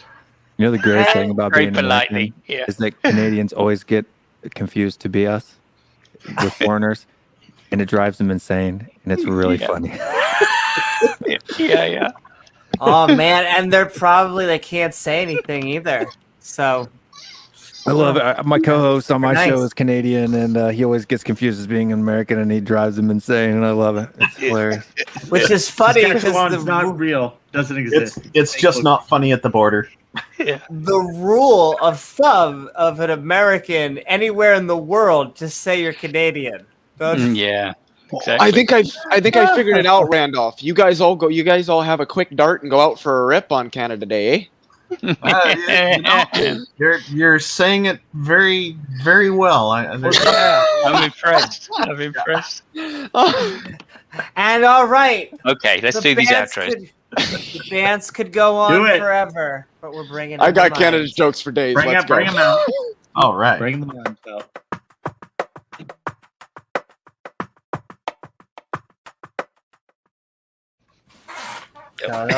The Matrix. They have transcended greatness, those mimes. By the way, Bubbles, you have very nice hair, and I am a little bit 180p. It's just like I don't even fix it. Like after the pandemic happened, I was like, I'm not even gonna bother. done. Yeah. But Bubble, we have been Midnight Ranting on Abiogenesis and God. What a combo. I hope you had a fun time. Where can people find you? What are your final thoughts? You can find me on YouTube. I don't really do anything, but you can find me on YouTube, Bubblegum Corp. I think there's pretty good evidence for God, and it's scientific. You just gotta go out there and do it. but for the abiogenesis area, I think you really have to. I think atheists, especially, have to find a way to combat the coding problem, because like those nucleotides aren't going to code themselves, and if you have these monkeys on a typewriter, statistically speaking, that will never get you anything.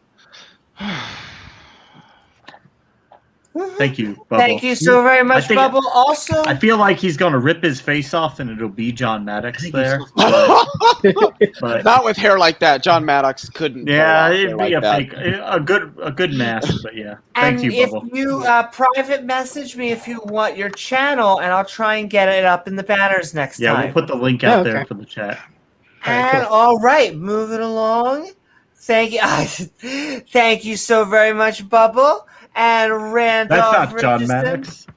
That's not John Maddox. Hey, Neither is that I guy. hope you had. He's a handsome devil, isn't he? Come Yeah, on. too handsome to be John Maddox. Come on now. I hope you had a fantastic time, Randolph. We've been talking abiogenesis plus God. We've been trying to shove him in there or her. We What are always your do. final thoughts? Shoving an omnipresent deity into something. That's an interesting idea. That's on the OnlyFans.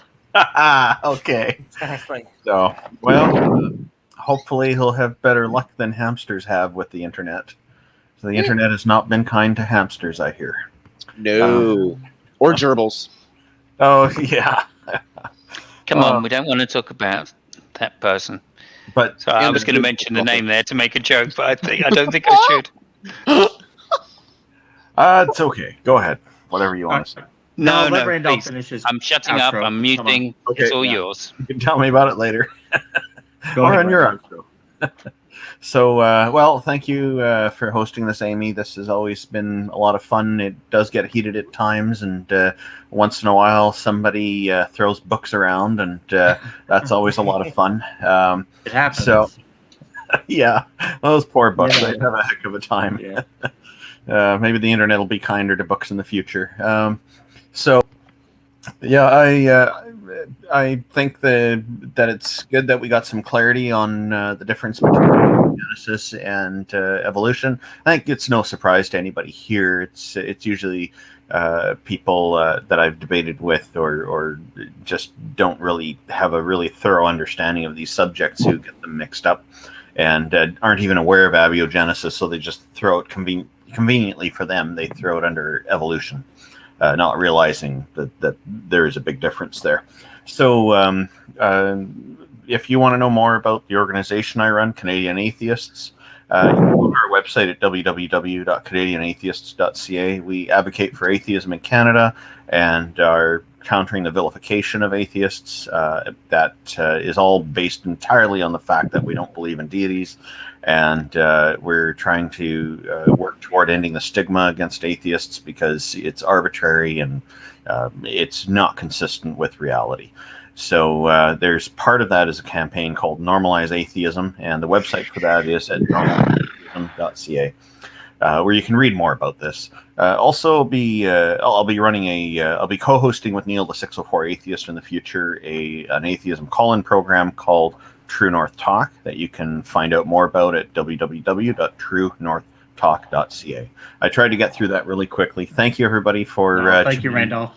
I really appreciate the audience as well being active through this whole thing. There's a lot of interesting comments and humor in there. I missed a lot of it, but I do try to keep up a little bit during these discussions. And special thanks to Amy and James for hosting this. Take care, Thank you, everybody. Randolph. Absolutely. Thank It's you called, so very much, Randolph. Organic evolution, Randolph. Yeah, you guys call it abiogenesis. They call it organic evolution. One of the 27 types of evolution. Well, there is philosophical. Well, I mean, I just can't believe you atheists think we all came from rock soup. Amy does, yeah. But, yeah, it's Grandpa. Grandpa rocks. And okay, thank you so much, Randolph. Okay. And Jen, Hi, Jen. we have been Midnight Ranting on the peanut butter chocolate of abiogenesis and God. I hope you had a fun time. Where can people find you, and what are your final thoughts? you want to show your Yeah, demonstration one more time with the DNA, with the two sticks? I've had a wonderful time. I actually had a quick video, if it's okay to share it while I'm giving my final thoughts. Go ahead. Sure. I've It's got it your ready video? to go there. I've got it. I'm just requesting. There you go. All right, so I'll just play that in the background. There was the gentleman who came on but is left now had an interesting model about the flow of the vents. So I had a chance to think about that a little bit. So if you want to see the early progenitors of life as something that is accruing on the bank of a relatively warmer jet of hot, whatever it is that these underwater jets are putting out. So think of it just like as more or less a straight line progression of the venting hot air, or not air, sorry, hot water fluid coming out, and then life sort of accruing in a warm region, but not in the absolute hottest region. So it's going to first proliferate in the region where it's absolutely energetically easiest for it to proliferate. And then what's going to happen is the waste products will be carried away along that original flow. And the life will self-replicate and thereby be able to occupy a larger volume. And so by selection, it will select to go away from where all of the waste products are accruing. And you also have this additional help that the vent can just take them away and it's hot, and that can break them down to forms that are maybe not so bad. Like think about something like urea is just basically not basically nitrogen, but it has nitrogen in it, and nitrogen is required for the building of those base pairs, right? So I thought that might be the answer that guy was looking for. As regards to the greater conversation, great time. Super big thank you to Amy and James there, as well as all the people on the panel and in the chat, and the mods, of course. Really keeping it respectable and pleasant. I've been to all sorts of corners of the internet, and I'm pretty happy so far with how I've been received by and large. Like, I know a lot of these ideas is maybe the first time people have been exposed to them. So I'm not saying you got to agree right away. I'm just saying maybe it's a way that makes the whole picture a bit easier to start puzzling together to see how something that is essentially all happening at once, maybe try to slow down something that's happening instantly.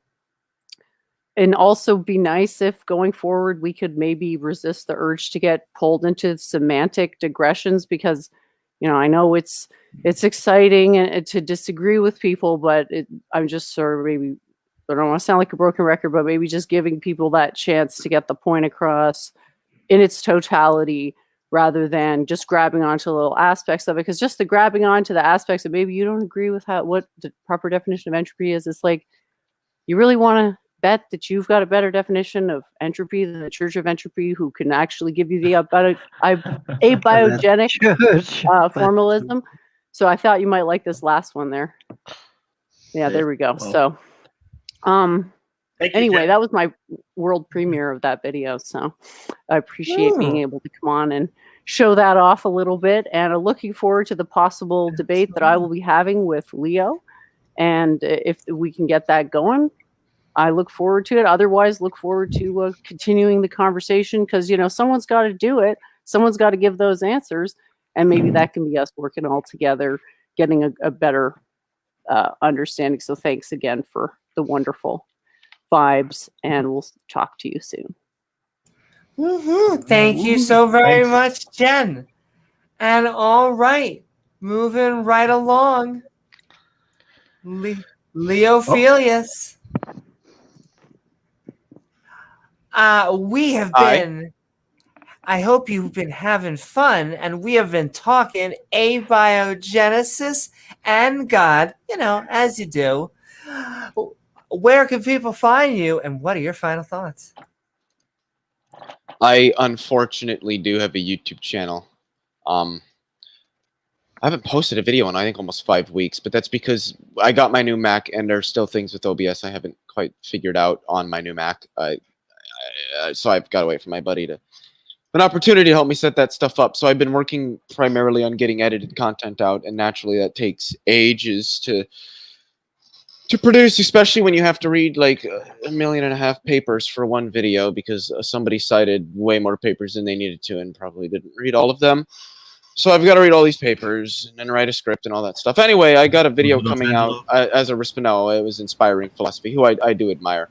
I got a response video coming out to his recent video that he posted a couple weeks ago called Mind or Matter, which is fundamental, where he tries to argue that the concept of quantum fields seems to support idealism. Newsflash, it doesn't. Anyway, I remembered one of the things that I wanted to mention that I forgot in my intro that Sai had talked about, and that was genetic chirality. And I just would like to read this snippet from iopscience.iop.org. Quote, "It is shown that magnetically polarized cosmic rays that dominate at ground level today can impose a small but persistent chiral bias." You know what? Before I even get started, I should probably explain what genetic chirality is, because I don't know how many people actually know what that is. So we all know that DNA has that double helix strand that like wraps around. The direction in which it wraps, is it, well, I think the camera's backwards here. Is it right-handed or left-handed? Like which, so you hold up your left hand, does it wrap this way? You hold up your right hand, does it wrap this way? That's essentially what genetic chirality is. So, quote, "It is shown that magnetically polarized cosmic rays that dominate at ground level today can impose a small but persistent chiral bias in the rate at which they induce structural changes in simple chiral monomers that are the building blocks of bipolymers. A much larger effect should be present with the helical bipolymers, in particular those that may have been the progenitors of ribonucleic acid and deoxyribonucleic acid, RNA and DNA respectively. It is shown that the interaction can be both electrostatic, just involving the molecular electric field, and electromagnetic, also involving a magnetic field. It is argued that this bias can lead to the emergence of a single chiral life form over an evolutionary timescale. If this mechanism dominates, then the handedness of living systems should be universal. Experiments are proposed to assess the efficacy of this process." And I will, just give me a second here, and I will throw the link to that in the YouTube live chat in case anybody is interested, because I think it is interesting. We don't know why. I think it's left. I might be wrong, but I want to say that life is left-handed. It's one of the hands. I'll just say it's one of the hands. Left. We don't left-handed. Yeah, I think yeah. left. Yeah. Oh, Midnight's still here. Awesome, because I know he's going to know. Yeah, it's left-handed. We don't fully know why, but there are very viable models. A lot of them do have to do with things like cosmic rays, which would have, with their charge and everything, would have the ability to do this, would create, a chiral bias, as what I cited says. There was also one more thing I wanted to cite, just in general, as it relates to this entire discussion about the origins of life. And this is a paper that was published in, I believe, 2016 in the Publications of the National Academy of Sciences, or Proceedings of the National Academy of Sciences, PNAS, by David P. Horning and Gerald F. Joyce, which are titans in the field, in the origins of life field. Quote, "The improved polymerase ribozyme that they developed in their paper is able to create a variety of complex structured RNAs, including aptamers, ribozymes, and in low yield even tRNA, or transfer RNAs, which carry the amino acids into the ribosome to be turned into a polypeptide chain. Furthermore, the polymerase can replicate nucleic acids, amplifying short, which is like a really, really basic form. It's replication, but it isn't quite replication. It's like a preliminary amplification. It's like a preliminary stage to replication. Amplifying short RNA templates by more than 10,000-fold in an RNA catalyzed form of the PCR, the polymerase chain reaction. Thus, the two prerequisites of Darwinian life, the replication of genetic information and its conversion into functional molecules, can now be accomplished with RNA in the complete absence of proteins." End quote. And I will link to that study in the chat as well. Yeah, there is a lot of literature out there. I have one very important question. I have one very important question about that. A lot of literature on the origins of life that shows that we're not, like I said, we really don't have this figured out, but there is a lot more out there than what the creationists and the intelligent design conspiracists would have you believe. Go ahead, Simon. I have a very important question about that paper that you just read. Yes. If I may. Does it mention Gödel's incompleteness theory? It does no mention of Gödel's incompleteness terms. I couldn't believe it. Sal's gonna lose his mind. I'm losing my mind listening to you. Thank you, Leo. And okay, feel free to check out Leo Felius's channel. And we are moving along. Flum, we have been Midnight Ranting on Abiogenesis and God. I hope you had a good time. Where can people find you, and what are your final thoughts? I had a great time. I started on the left field with panspermia. Nobody liked it, but I liked the deep end theory. And I think that's the theory of life on Earth. I don't think it's tide pools. I don't think it's lightning. I don't think it's something random. I think it's deep underground. Okay. Thank you so very much, Flum. And we are moving along. And if you ever have a channel, feel free to send that to me, and I'll send it in the banners. And No problem, Amy. We love you. Woohoo! Sending love right back. And all right, we are moving right along. Lady Midnight Sparkle, we have been having. Oh wait, no, Simus Funk. I can't. Oh yes, Well, my brain. I am Simon's Funk also. So I Yes, would well, beg to differ. I do love both of you. Thank you so much. But Simon's Funk, we have been Midnight Ranting.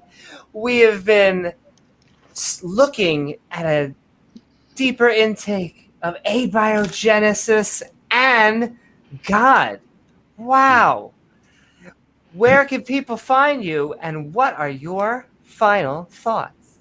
Thank you so much. Well, you can find me, of course, at my YouTube channel, which I've stuck in the private chat there.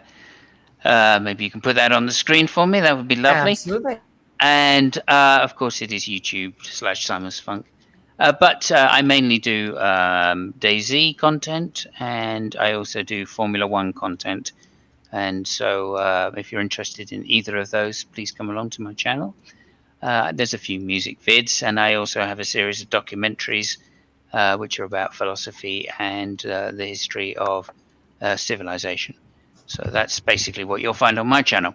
As for the question of God and the hypothesis, I think when there's only two ways to look at this. I'm agnostic to what actually is the cause of life on this planet. I don't know what that is. I'm certainly not qualified. As far as I can make out, the experts don't know yet either, and so therefore the only position to be is to take a position of agnosticism towards what is the cause. And so for people that claim that God did it, then I think they are jumping the gun, jumping the shark even. And that would appear to be when they give arguments for it, like I had a discussion with somebody in the side chat of the debate, that would appear to be an argument from ignorance, i.e. Claiming that something is true when it hasn't shown to be false. And I think that's a fallacy. And I think that's basically what most of the people do that claim that God created life in the sense that it's used in Genesis. If you take Genesis to be a metaphor, then all the game's back on again, as it were. And so I don't disagree with theists on that point. I only disagree with them when they insist that this arbitrary distinction of kinds is made, or that God created life 6,000 years ago, which clearly is goes against what we do know about life so far. So that's my basic position on God and abiogenesis. And thank you so much, Amy and James. It's been an absolute pleasure to be on again. I haven't been on for a little while, and I've thoroughly enjoyed myself again. So thank you so much for your time. Thank you, everybody out there. And absolutely. Thank you so much for being here, Simos. Thank you, Simos. and go check out his channel. And all right, woohoo! We are moving right along, Lady Midnight Sparkle. We have been Midnight Ranting on Abiogenesis and God. I hope you had a good time. Where can people find you, and what are your final thoughts? Well, I may be called Lady Midnight in StreamYards, but my YouTube name is very long. Athena, Goddess of Wisdom and Warfare. I need to shorten that one of these days. I may start doing more streams as time goes on, in the coming day. I don't know.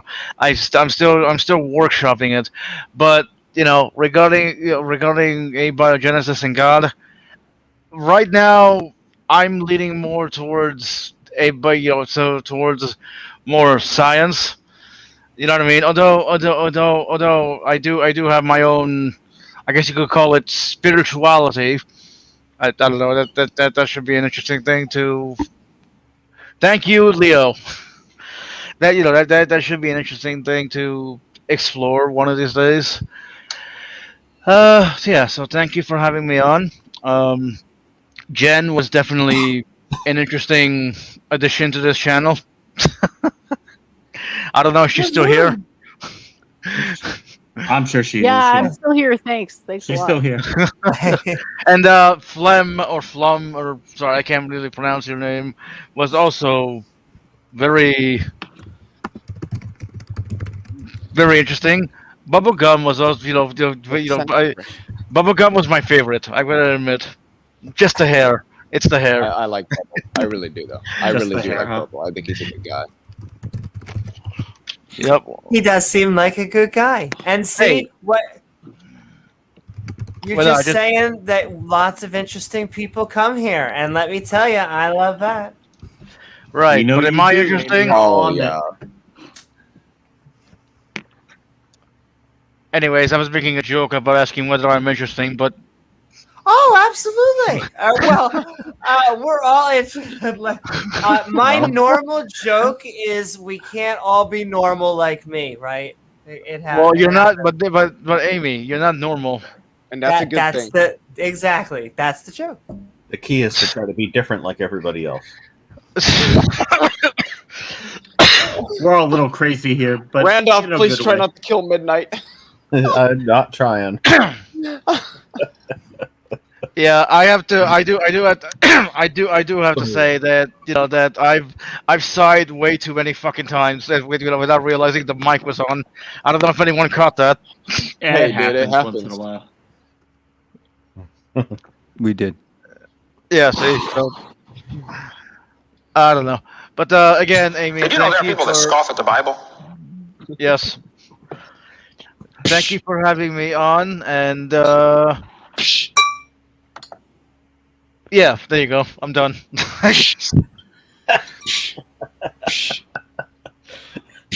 Are you gonna take me off the screen, or what are we doing? She's dragging it out. Milk and frogs. They'll do it eventually. Focus, Newman. Focus. F-U-C-U-S. Milk this until the cows come home. Where are the cows anyway? F-U. The cows are out back if you want to bring them around. S. What does that spell, Newman? Don't tip the cows. She already did. They don't like it.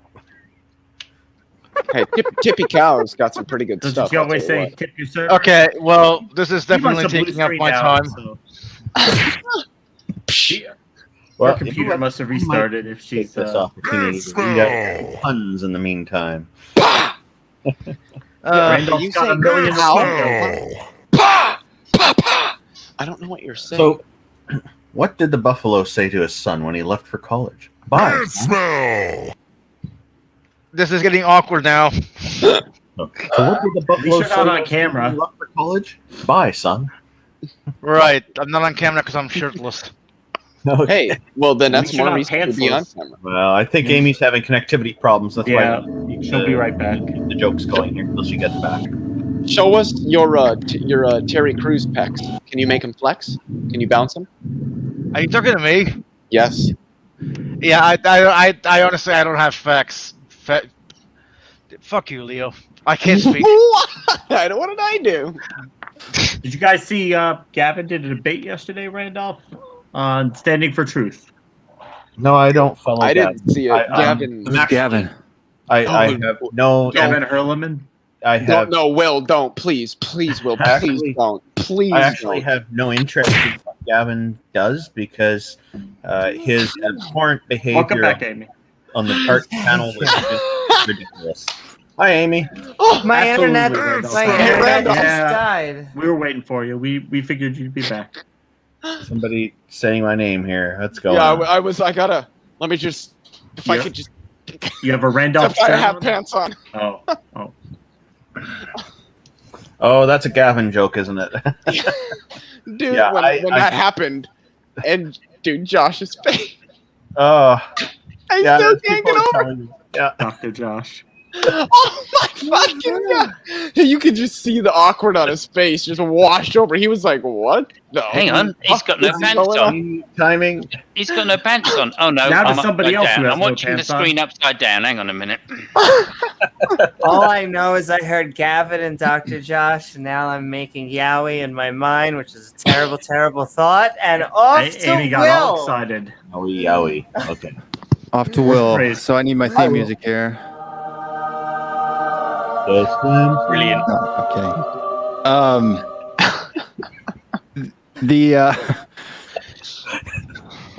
What a fun place. This is the only place that I can come where I can be more confused than I am by Daniel Levy. You're welcome. Yeah. But a lot of fun topics. Some of the things I wasn't interested in at all. Some of the things I was quite interested in. For me, in my theological position,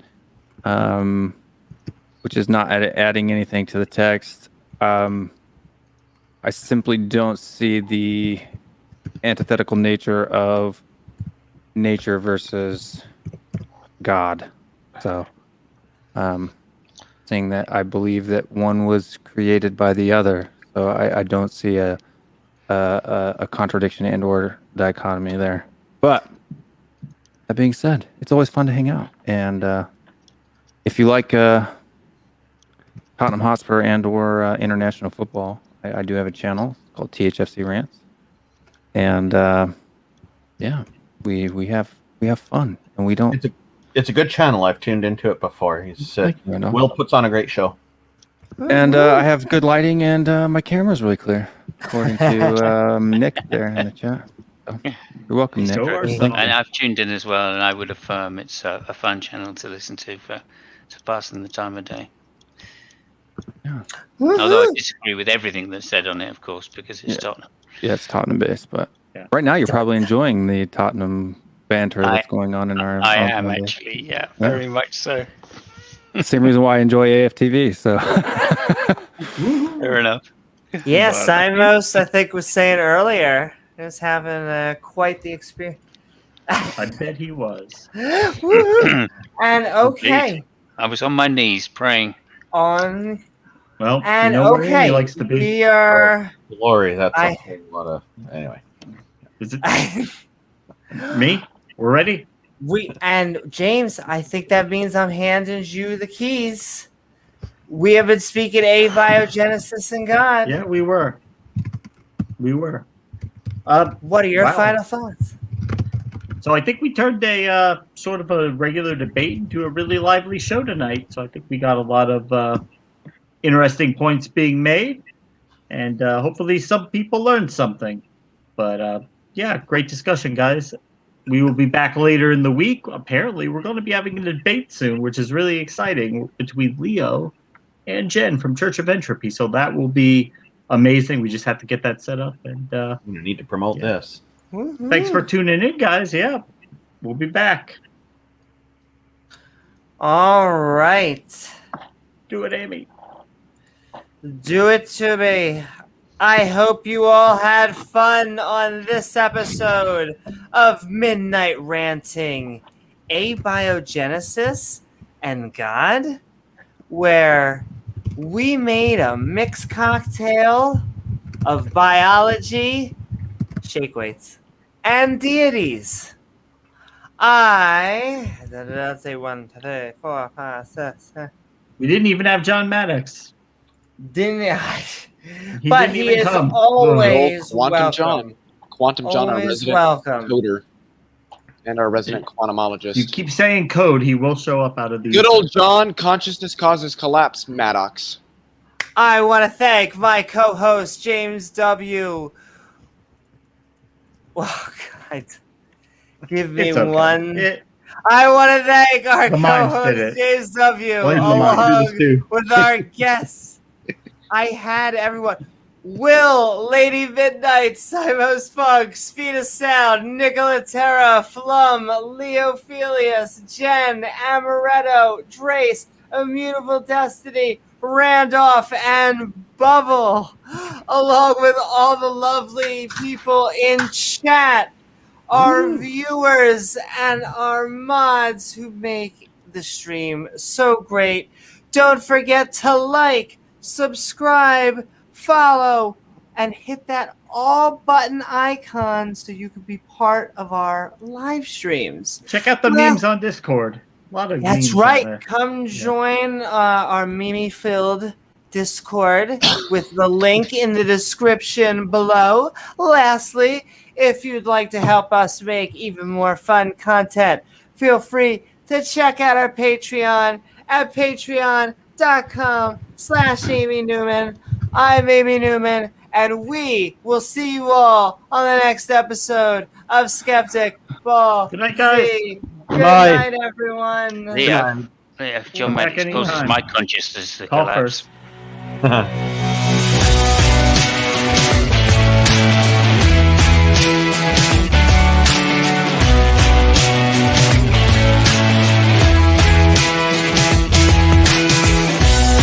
Boom, boom, boom. We're kicking it.